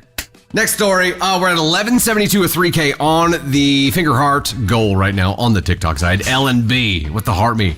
Samantha Veronica with the team power there. Kid Roscoe dropping the finger hearts. Skera's scarves dropping the rose there too. Kid Roscoe again there. Angie, Joyce Brown, Karen's opinions. Heard. Tony Spock, thank you so much. Joyce Brown, a coward heart. Chrissy from Canada. Tony to Tiger. Angie, Dylan Sprague dropping the finger hearts there too. Scara's scarves there again. That's hard to say. Scara's scarves. I want to say Sarah's scarves. Angie again there. Scara's scarves. It's like I have to take a pause in between them to get it right. I'll get there. Leather and Lashes. Beth Barr, Charlotte Arnold dropped 94 of those gosh heckin' finger hearts. Elise, Meg, Cake the Rogue dropped a hundo and 68. Adventures with Pam, Amber Branshaw, 87-77. Trip and Fall, Henrietta Nilsson, Charlotte Arnold, 231 on the finger hearts. Heck yeah, Cake the Rogue, hitting 70 and still going here. Rocking and rolling. Overkill Mill, now I want cinnamon sourdough bread. Me too. I am a sucker for sourdough. Dana did. Garlic sourdough? Ooh. Oh, Tina. Sorry. Tina, please bring us some sourdough bread. Okay, that'll work. Cake the Road dropped 168 of those finger hearts. Thank you so much. Charlotte Arnold dropping some there as well. Heck yeah, thank you. Jay Frogger, good to see you. LOL, why does the finger heart look like a shrimp, right? Yeah, it kind of does. It definitely kind of does. Yeah, the oatmeal, like the homemade oatmeal cookie thing. Ooh. That sounds good. Now I'm just hungry. We always end up talking food here. I don't know how it happens. Well, just a bunch of stoners getting the munchies on this stream, apparently. Real Braun, I'm game. I don't know how like the whole starter thing works, that kind of thing. You saw a croissant, Jay Frogger? Oh boy. I'm only interested in people sending finished sourdough. Yeah, we're only interested in like finished edible products. You don't have the time or the patience. It requires work. What? All right, let's dive into our next story here. Hey there, it's Dusty Thunder once again with another story for you. This one is, am I the astronaut for bringing over another woman over a month after my wife broke up with me, but was still sharing the house? Hold on. Let's start a poll, please. But also, so you guys separated. You said broke up. After your wife broke up with you, so not divorced yet. Oh, that person's going to drive through the front of our building. That was way too close. This is not a drive-through. I'm sorry, not a drive-through stream. Every building can be a drive-through. Great. Every building can be a drive-through. Ours almost was right then. That would be interesting. I would flip the camera around for that. It doesn't sound like they're officially divorced yet. They broke up. They're still living in the same house. And OP's like, I'll bring another woman over. That sounds dangerous. Maybe not asshole-ish behavior, but dangerous, right? I think that's asking. It's asking for trouble, right? So I'm gonna go ask on 3 here not because of look, your wife broke up with you, right? So she ended it. Not that you have to not see someone else, but putting that person that you're seeing in an awkward position by bringing them into a hostile environment, I think is the asshole move here. And maybe not an asshole move to your soon-to-be ex-wife or whatever that arrangement is, but putting someone new in an awkward position, either to make a statement or to stir up shit or whatever it is. I think that's the asshole move for me here. I can't imagine doing that to another human being without them like having the conversation first and being like, hey, just so you know, we're heading into a hostile environment here. My soon-to-be ex-wife still lives here, blah, blah, blah. And maybe OP did that. Maybe I'm being overly critical here, but that's where I'm at. Did you see those people almost drive through our front door?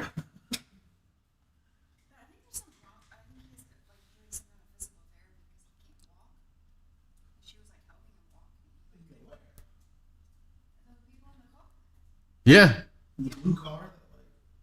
Blue car that came within 2 inches of our front door.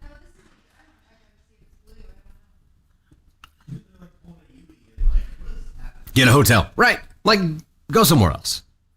Go somewhere else. If for no other reason out of respect for the new person that you're dating or seeing here. This to me, at least at surface level, screams like I don't give a shit what happens with this new person. I just want to piss off my soon-to-be ex-wife. That's a little petty, right? Kickstarting a crap storm, Ramona. I like that. Kickstarting a crap storm. ASCON won. Ended up winning here. Had the largest amount of votes. It was pretty scattered though. Went ASCON 1, ASCON 2, ESH in that order. So we'll see. It's just petty. It could be completely different here. Let's dive in and find out though. I was at ASCON 3. ASCON 1 actually took the cake on the poll. Am I the astronaut for bringing over another woman over a month after my wife broke up with me, but was still sharing the house? My wife told me she wanted a dissolution right after New Year's. We had already decided that she would move in with her parents, but 2 deaths in her family made her postpone telling anyone of her decision for several weeks, so she stayed in the house for a while. Every 1 to 2 weeks until mid-February, I asked her if she was happy with her decision and if she still wanted to break up with me. She reiterated each time that she was sticking with her choice. We were absolutely single, and we were nothing more than roommates. That's important. We didn't even talk except for things relating to the divorce. Just acted like ships passing in the night. I actually think that statement means something more than you think it means right now, OP. Ships passing in the night is like nighttime lovers. It was absolute torture for me, but I accepted and respected her decision, even though I disagreed with it.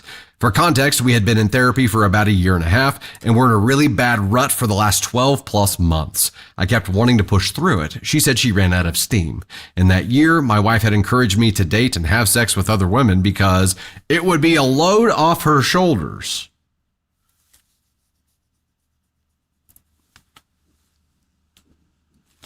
I'm trying not to say it. I'm really trying not to say it. Okay. She later admitted in her divorce letter that she did that unknowingly at the time so I would fall for them and break up with her instead. So I would be the one to move out so that she wouldn't regret her decision to leave if she ended up unhappy. By late January, I had met another woman and started hanging out with her. After a couple of weeks, by mid-February, I asked my wife if I could bring a guest over. She said, sure, whatever. So I did, and we went to my room. My wife knocked on the door and said she was leaving for the night to give us privacy. I didn't think anything of it, but since then, several of our mutual friends have said it was a dick move. I really upset her, and I feel bad now for hurting my wife. She moved out a couple of weeks later.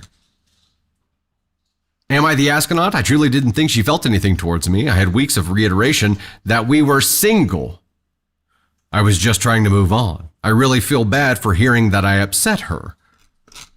There are a couple of edits here, but before we get into the edits, I'm confused. Okay.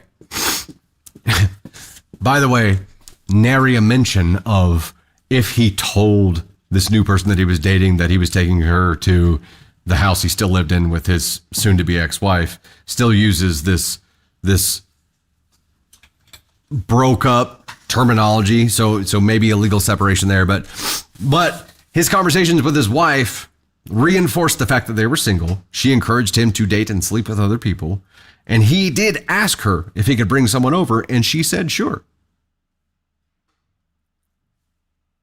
Come what may. She can't agree to this and then use it against him. She can't, in my opinion. Okay, edit. The dissolution paperwork had already been filed and accepted as of late February. We have our court date in a couple of weeks to finalize it. I still love her so much and do not want to separate, but she has even still recently reiterated that we were not compatible. Just a waiting game now, I guess, and a lot more processing on my end. Before I get into the last edit here, something about what OP said about their therapy made me think of something we saw on Temptation Island. It sounds here like OP needs more time to push through whatever OP needs to push through, and OP's wife was out of time, like had run out of steam, she said. So that's where this is problematic, is like one person needs more time to work through issues, another person is out of time. They're done. And that's where she was at. However, this whole maybe seeing you with someone else ignited something in her where she did get hurt and she did care. And maybe even though her words were to the contrary, maybe that feeling was a surprise to her. And she vented to her friends about it. But now it's coming back to you and you feel bad about it. Like, your relationship is a mess, sir. This whole thing is a mess. Here's edit 2. People are asking how I would feel if she brought a man over. Obviously horrible, but I'm not the one that wanted to break up, and I've made it very clear for weeks that I want to continue trying to save the marriage or relationship. I would have not brought the new woman over if I had any reason to think my wife actually still cared about me. Clearly, we had communication issues, hence the therapy, and yes, I was too broken to go to a hotel. Oh, no. And yes, I was too broke to go to a hotel. I'm on single income now. Hey, Liza. Thanks for the $1 super. Greatly appreciate that on the YouTube side. There's a lot of contradiction going on here, right? First of all,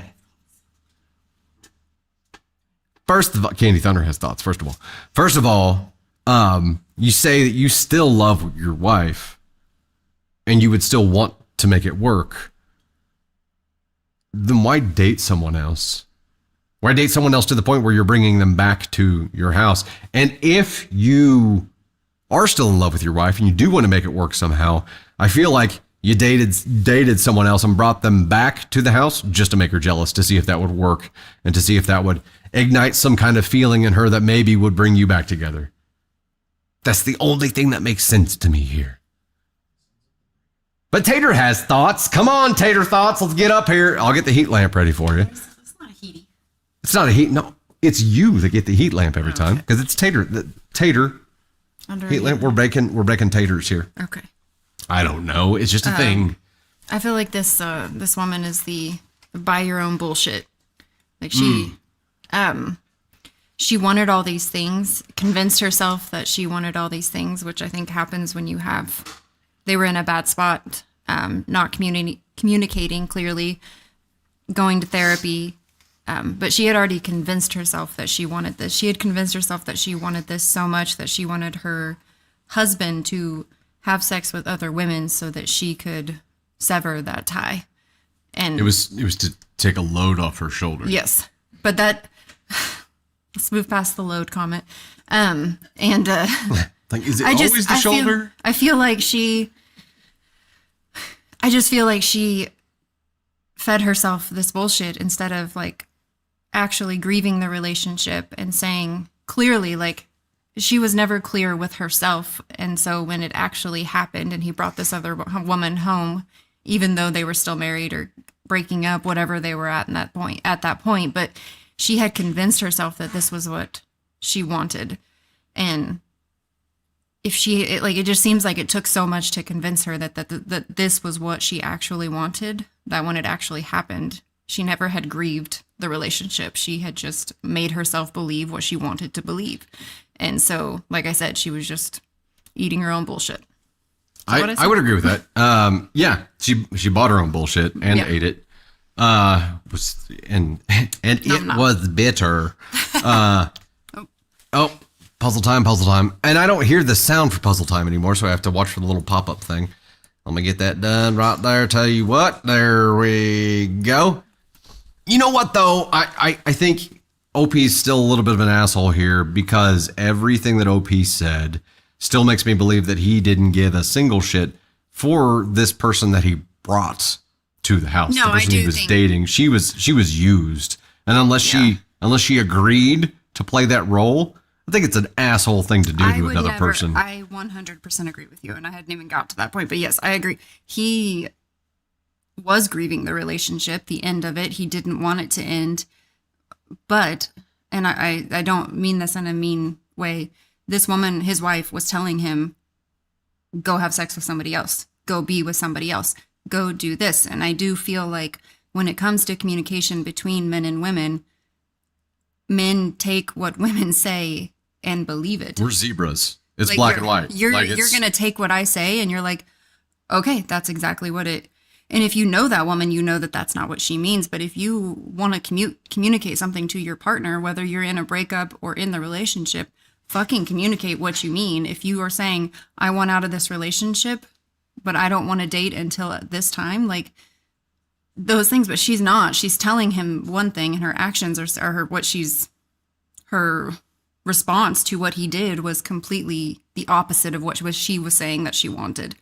And if I know that if I communicate to you, it needs to be clear and exactly, I need to mean what I say. Dumb it down for me, baby. Yeah. Dumb it down. But I think she wanted the relationship to end, but it's like she didn't want, I just think she was lying to herself. And now she realized She was trying to convince herself she wanted that it was over and that she didn't love him. that she didn't care. And honestly, I think, we can, you can convince yourself of anything. You can convince yourself of so many things. And until you find out why you're convincing yourself that you didn't want this relationship, you didn't want to be with him, you need to answer the why so that you can start the grieving process of removing yourself from that relationship. But I don't know that she ever answered her questions. Why does she want out? She wanted him to do the hard work, which was to move on and rip off the Band-Aid and screw somebody else. But to make it easier on herself. yeah, but why? Like, that's what she needs to ask herself. Why? Because now she's feeling what she's feeling because she didn't do the work to grieve the relationship before. She put the work on him.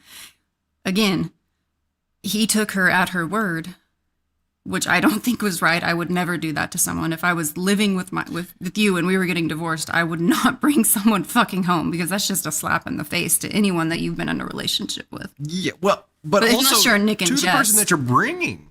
To the person that you're bringing to the house, unless there's an explicit conversation here where it's like, hey, I'm still hung up on my wife. I'm purely bringing you here to make her jealous in a last ditch effort to try to rekindle our relationship. And she was like, cool. That's the only thing that makes that okay.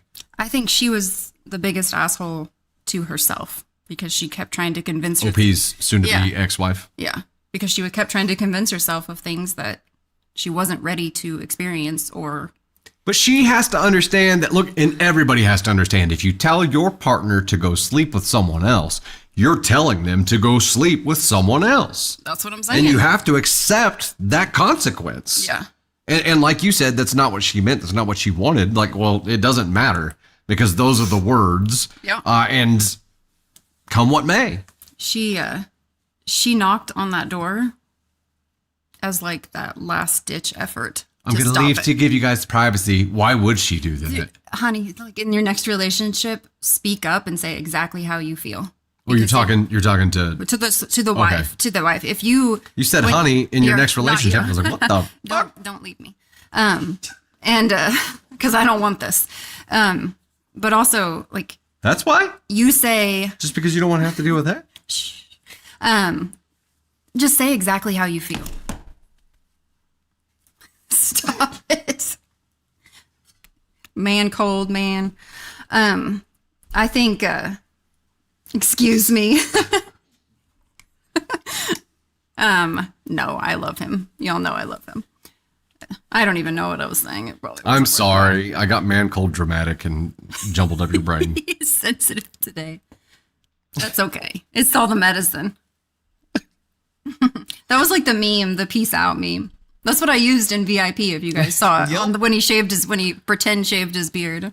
I'm out. I'm gone. I mean what I say. If you shave your beard, I'm gone. Yeah, that's it. No, I know That is this. a clear line of I communication. know this.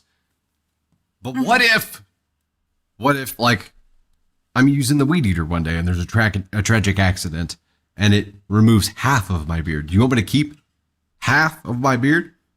I mean, that's a story, I'm just saying it's possible. babe. You know, a weed eater accident. So that's all that's taken off is just your beard. Just half of it. Then yeah, it's fine. Okay. I will be with you beardless. I've been with you beardless before. It was a hard time, but we made it through it. Oh, we went through it. It whatever. Tragic accident. It was a trimming accident the first time. Like It was basically the weed eater got too close. I had like an arm spasm or something while I was trimming. It was like zzz. I'm like, oh my god!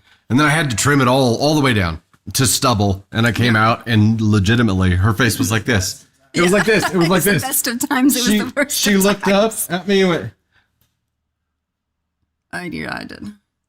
I did. She cried. I did. She cried. When you see someone look the same for the longest time and then they look completely different, it's a shock. And like it was like a shock. I don't know why I cried. I cry when I'm happy. I cry when I'm mad. I cry when I'm sad. I cry all the time. So me crying isn't an abnormal response to heightened emotions. Just trying, guys. I'm trying. Help me out. give me a comment in chat. Keep digging yourself deeper. Oh, It's fine. It's fine. okay. All right. I'm leaving. Tater thoughts, ladies and gentlemen, Sweating. spiraled out of control. My back is sweating. It became an interrogation. I feel like So, I'm on the verge of you said honey in your next relationship. I was And at that happy moment, the I was whole like, time. We just get divorced. what happened? Wendy Taylor dropping the 5 on the YouTube side says, Dusty and crew, thank you for always making me laugh. Y'all are so amazing. Thank you so Beards are much. makeup for It's beards are makeup for men. Absolutely. And I needs it. I need the things. Firestar dropping the 5 over there and also said, I'm the same way with my honey and his goatee. Nope. I would never do it. Not on purpose anyway. What was that cue card, Tony Spark? Gotcha.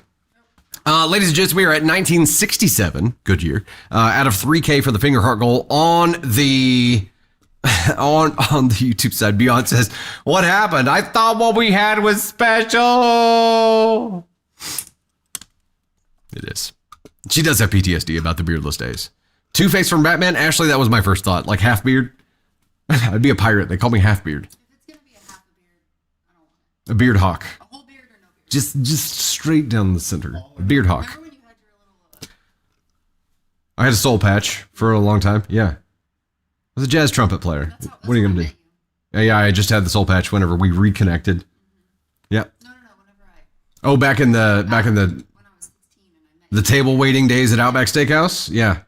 I had like the chin strap goatee and the soul patch, but no mustache. You were hot. With your spiky hair. She said past tense. You Now you're were handsome. hot. I love you, Tater. I don't know what else to say. Just keep repeating that. Just keep repeating that and it's fine. Just keep repeating that. Okay, so we do need to make an official determination here. Am I the Ask for bringing over another woman over a month after my wife broke up with me, but was still sharing the house? I still think so. And yeah, I'm gonna go with an ESH here. I think that makes sense. It's ESH for me. It's instead of actually communicating about this, like it's pettiness. It is trying to buy your own bullshit. I feel really bad for the person that he brought over unless there was really an explicit conversation here. And part of OP, the way he talks about his soon-to-be ex-wife and still being so in love with her, makes me think he might have had that conversation.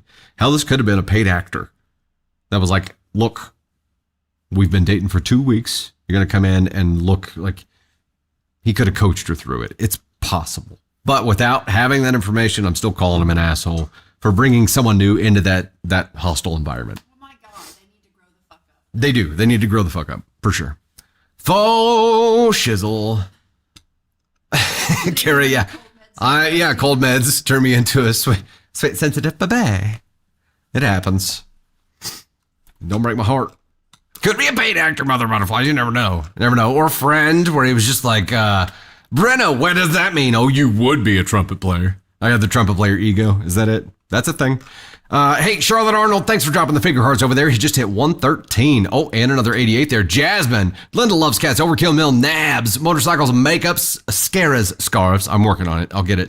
Motorcycles and makeup again there. Candy Thunder dropping the finger hearts there too. Linda loves cats. Tammy Lee, John MK with the goats.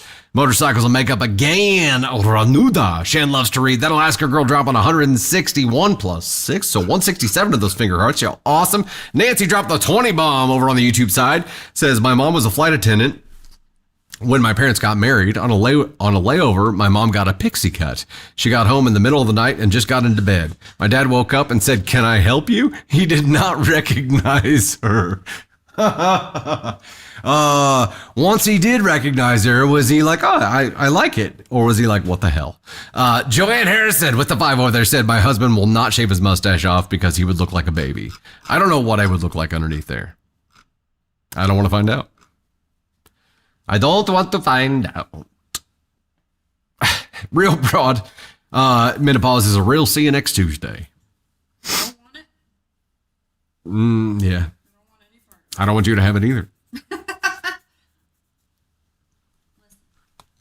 Was that the wrong answer? Quick timeout for a funny home story here. The German chocolate cake that we got from Tony Sparks' auction the other night was fantastic, by the way. But Candy Thunder, we got home the other night, and she's had this pain in her upper back and neck, and finally found a comfortable position on the couch, and was like sat down and had the heating pad on it, and asked me if I would cut her a slice. This cake. I said, are you going to go to the kitchen and get a slice? That's right. You said, are you going to go to the kitchen and get a slice of cake? And that was her way of asking me if I would cut her a slice of cake.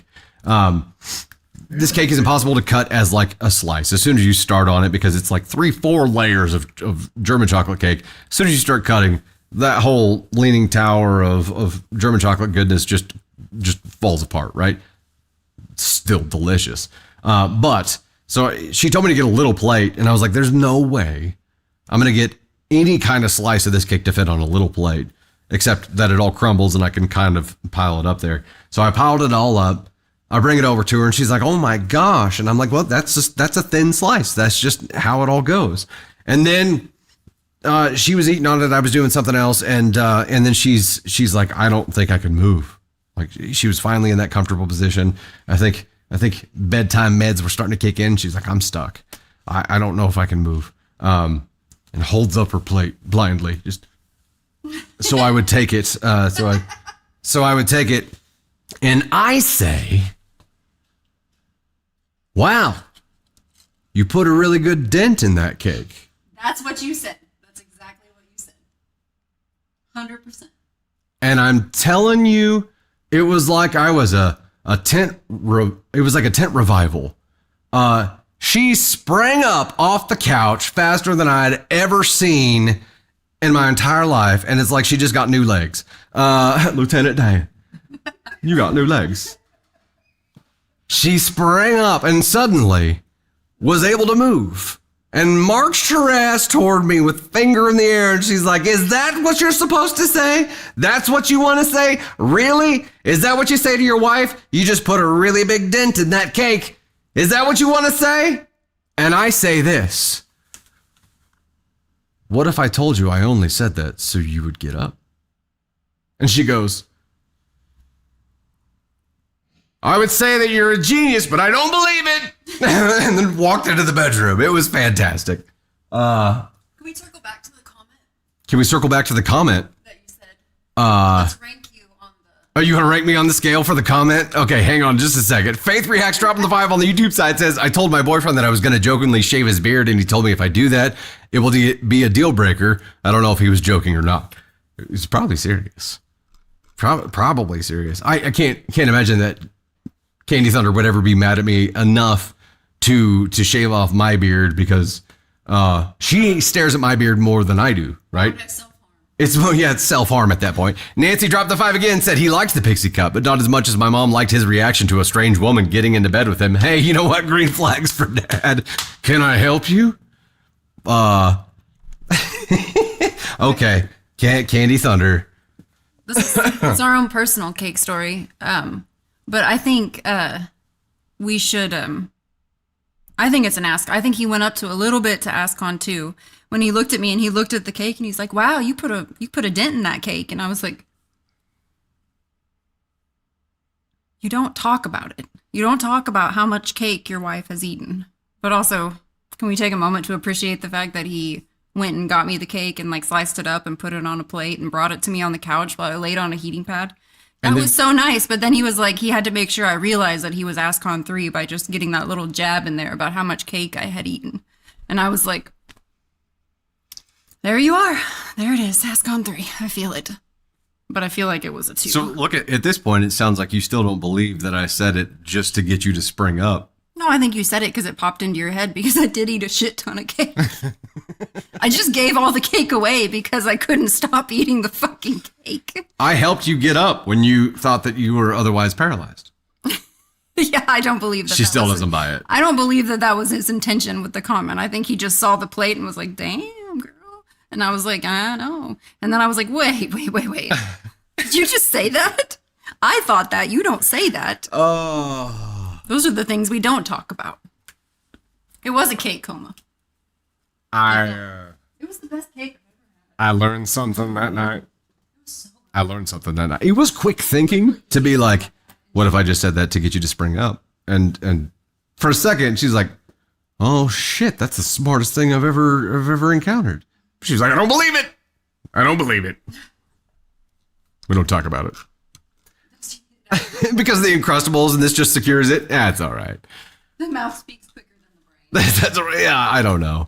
It just came out of my mouth. I was on cold meds. I'm sure of it.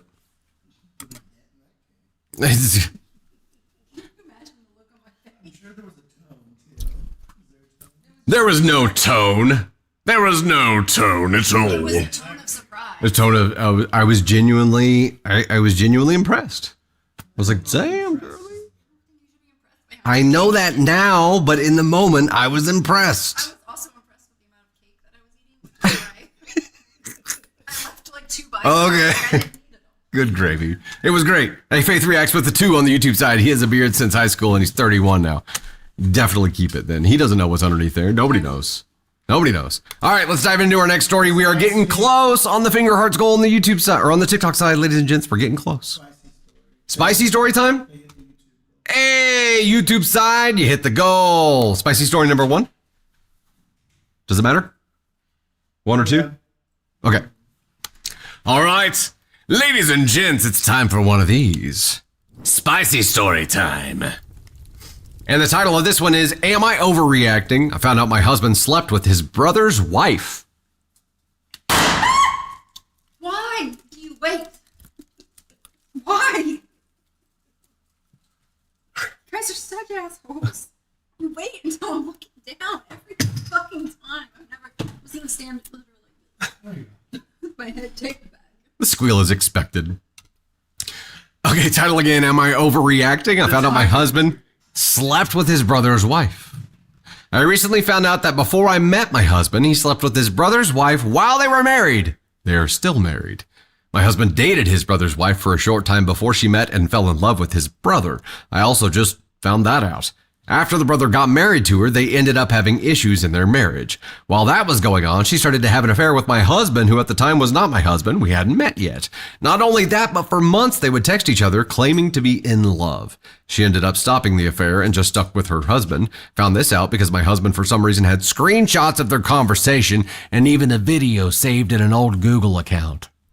What was the video, brozo? My husband's brother has no clue about this. Oh, shit. His own brother? What the? And he doesn't know? What in the Jerry Springer bullshit? I mean, like, I think you can accept on face value right now that loyalty means nothing. Wait. How long have you been together? Do we know? No, we don't know how long OP and hubby have been together. My husband's brother has no clue about this. I was so sick to my stomach after finding this out. I'm still sick over seeing how unloyal my husband was to his own brother. I confronted the sister-in-law because I thought she was my friend, and when I asked her years ago if she and my husband ever had anything going on in the past, she swore they never did. She swore that even before meeting his brother, they never had anything going on. Now that I know she lied, and not only lied, but when she was having issues with her husband, she ran to his brother and was having an affair with him and claimed at the time to be in love with him. All right, Elena. Vampire Diaries. I also confronted my husband on what I know and told him I want nothing to do with her in our life any longer because I don't trust that something wouldn't ever happen between them. That was the conversation. Only about her. Like he wasn't involved in any of this shit at all. We have children, so we can't just up and leave over this.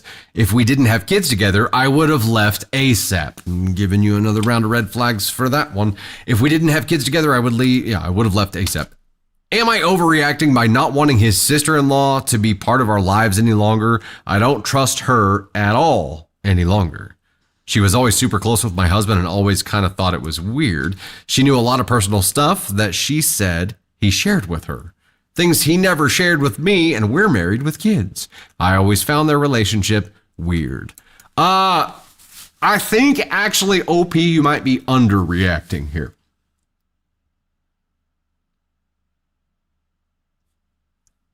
Why is all of the ire here directed at her?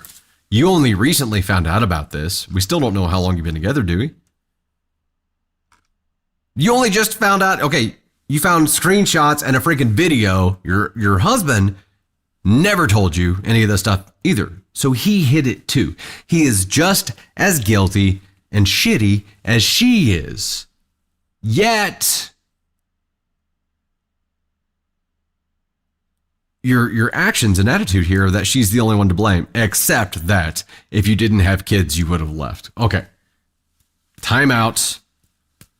I think you could talk to any child of divorce. Well, no. Okay. I think you really need to consider the kind of example that you're setting for your kids. Because you're teaching them right now, if they are in a situation where they are unhappy or no longer trust somebody or have some major issues there, that if you have kids, you stay and not even really make it work, but you just stay and go through the motions. So what, happiness isn't an option for you anymore? Loyalty and true love, like they aren't options for you anymore. I think those are things that you have to consider, and you make the choice that you would hope your child would make someday if they were in the same position. Right? So red flag at you for saying that the kids are the only reason that you're staying. If that's truly the case, I think you need to go through some individual therapy and do some soul searching in that to really try to find an answer there too. But she is not the only one who can't be trusted here. If he was willing to sleep with his brother's wife, keep that relationship hidden from you, even though it happened before you. I understand that, but still keep the context of their now relationship hidden from you. And so did she. What else is he willing to do? Who could he be loyal to?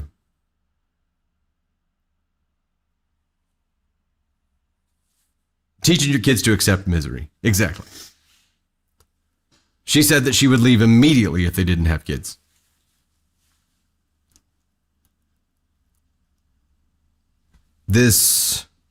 So do you take that to mean that she still plans on leaving him, just not like up and gone? I don't know, but I think that it's an underreaction. Yes. Like saying that you don't trust them to interact, but also here, like saying that you want to silo your family from her is saying that there's still the possibility that those two could have some kind of interaction, which alludes to that you're still going to be with him, right? And I'm saying that she's not the only one you have to worry about. You have to worry about him with anybody, right? I think there's got to be a lot of conversations there.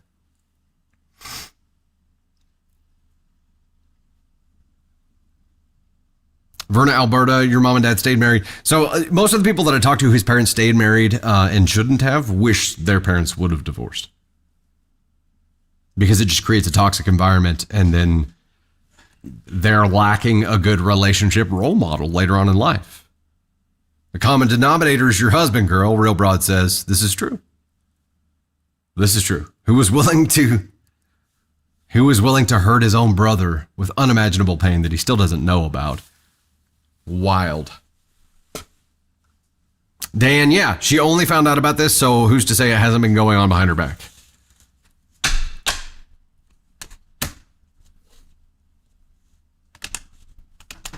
Rough. Sinclair Rica, wish my parents would have been divorced for years. And I think a lot of people are like that. And then, there are a lot of children of divorce who have two separate healthy, happier homes and have a better model to work with there. The betrayal on his brother is the worst part. It's all bad. Is she going to tell the brother? Brenda, that's a good question. I would hope so. Someone needs to let him know, because if your own brother was willing to do that to you, you need to know. Underreaction. That's my verdict here. It's an underreaction. And that was the question. Am I overreacting? Found out my husband slept with his brother's wife. No, not just no. Hard no. Underreaction. Need to look closer at your hubby's side of that. And he probably needs to talk to somebody too, if he's willing to find out why he would be so willing to hurt his own brother like that. Blech. Blech. Hey, we hit a goal on the Gosh Heck and TikTok side. Let's get into that real quick. In particular order, Charlotte Arnold dropped 4.4K to get us there. Hell yeah, thank you. Cake the Rogue dropped the 1.7. Bailey Chapman with the 1.2. And Books Coffee Tea at 1K. Then Cat at 900. And then we got AK Mary, Mela Oso, Angie Lee, Animal 792, Candy Thunder, Bearded J, Sarkas, sorry. Scara's Scarves. Like, even written as the username, it's even more trippy to me. My brain will get used to it. It'll take some time, especially today. Trisha G, Aunt Sue, Janice C 2014, Boo 77, Overkill Mill, Froggy, Mother Trucker, Geeky Fane, Elise Kutch, The Original Berm, Kaitanes, Jennifer in Texas, Mama Jen 6666, Mama Grace, Adventures with Pam, Amy Castro, Joycey Brown, Mel C. Jane, Kid Roscoe, Violet Green, Henrietta Nilsine, Thrillers Mutmami, The Real RP2, Real Broad Zuba, Doroshko, This Guy You Know, Ranuda, Just Rollin', NJ 8007, J Pop 415, Motorcycles Makeup, Trip and Fall, and Shadow Wolf. Thank you guys so much for helping us hit that. You have unlocked Tony Spark and a cake story. Look at that. which is just look at it. Let me set up a new goal for us right quick. The next one we're going to do would unlock, we'll do it just because here, because we're at the very end. We will get that cake story knocked out. I'm going to do it. Yep, I'll get the cake story. I'll get the cake story read. Force, heals, yeah. And we'll do a just because one here. What am I doing? What am I doing?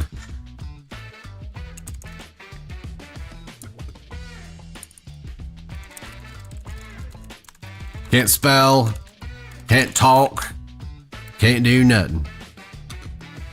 That's where I'm at. Faith Reacts dropping the 5 over there, says hopefully sister-in-law doesn't have kids because they might be OP's husband's kids. Who knows? Oh. And the whole he doesn't look anything like me thing may not apply because they're brothers who probably look at least a little bit alike. It's fine. We're gonna at least read this cake story. Yeah. I hope she tells the brother. We're tiny focused right now, but it's a just because one as we take ourselves out here. Cake story time, ladies and gents. Hell yeah. Hey there, it's Dusty Thunder with a cake story for you. Title of this one is Am I the Astronaut for Not Getting My Girlfriend a Birthday Cake at Midnight? The at midnight thing of this really throws me off a little bit. You want to do a quick poll, Tony Spark? Let's do a poll, shall we? Am I the astronaut for not getting my girlfriend a birthday cake at midnight? Again, it's the at midnight thing. I really don't know what to do with here.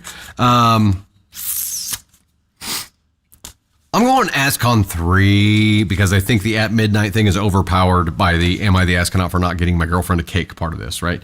At midnight seems sus, yes, but look, I don't know. Just a hunch. Just a hunch. Smoots is going NTA. How do you get a cake at midnight? Surely there are ways.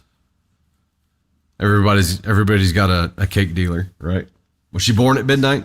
Christian Museum girl? Yeah, Katie. It's like the midnight thing is like, I don't know.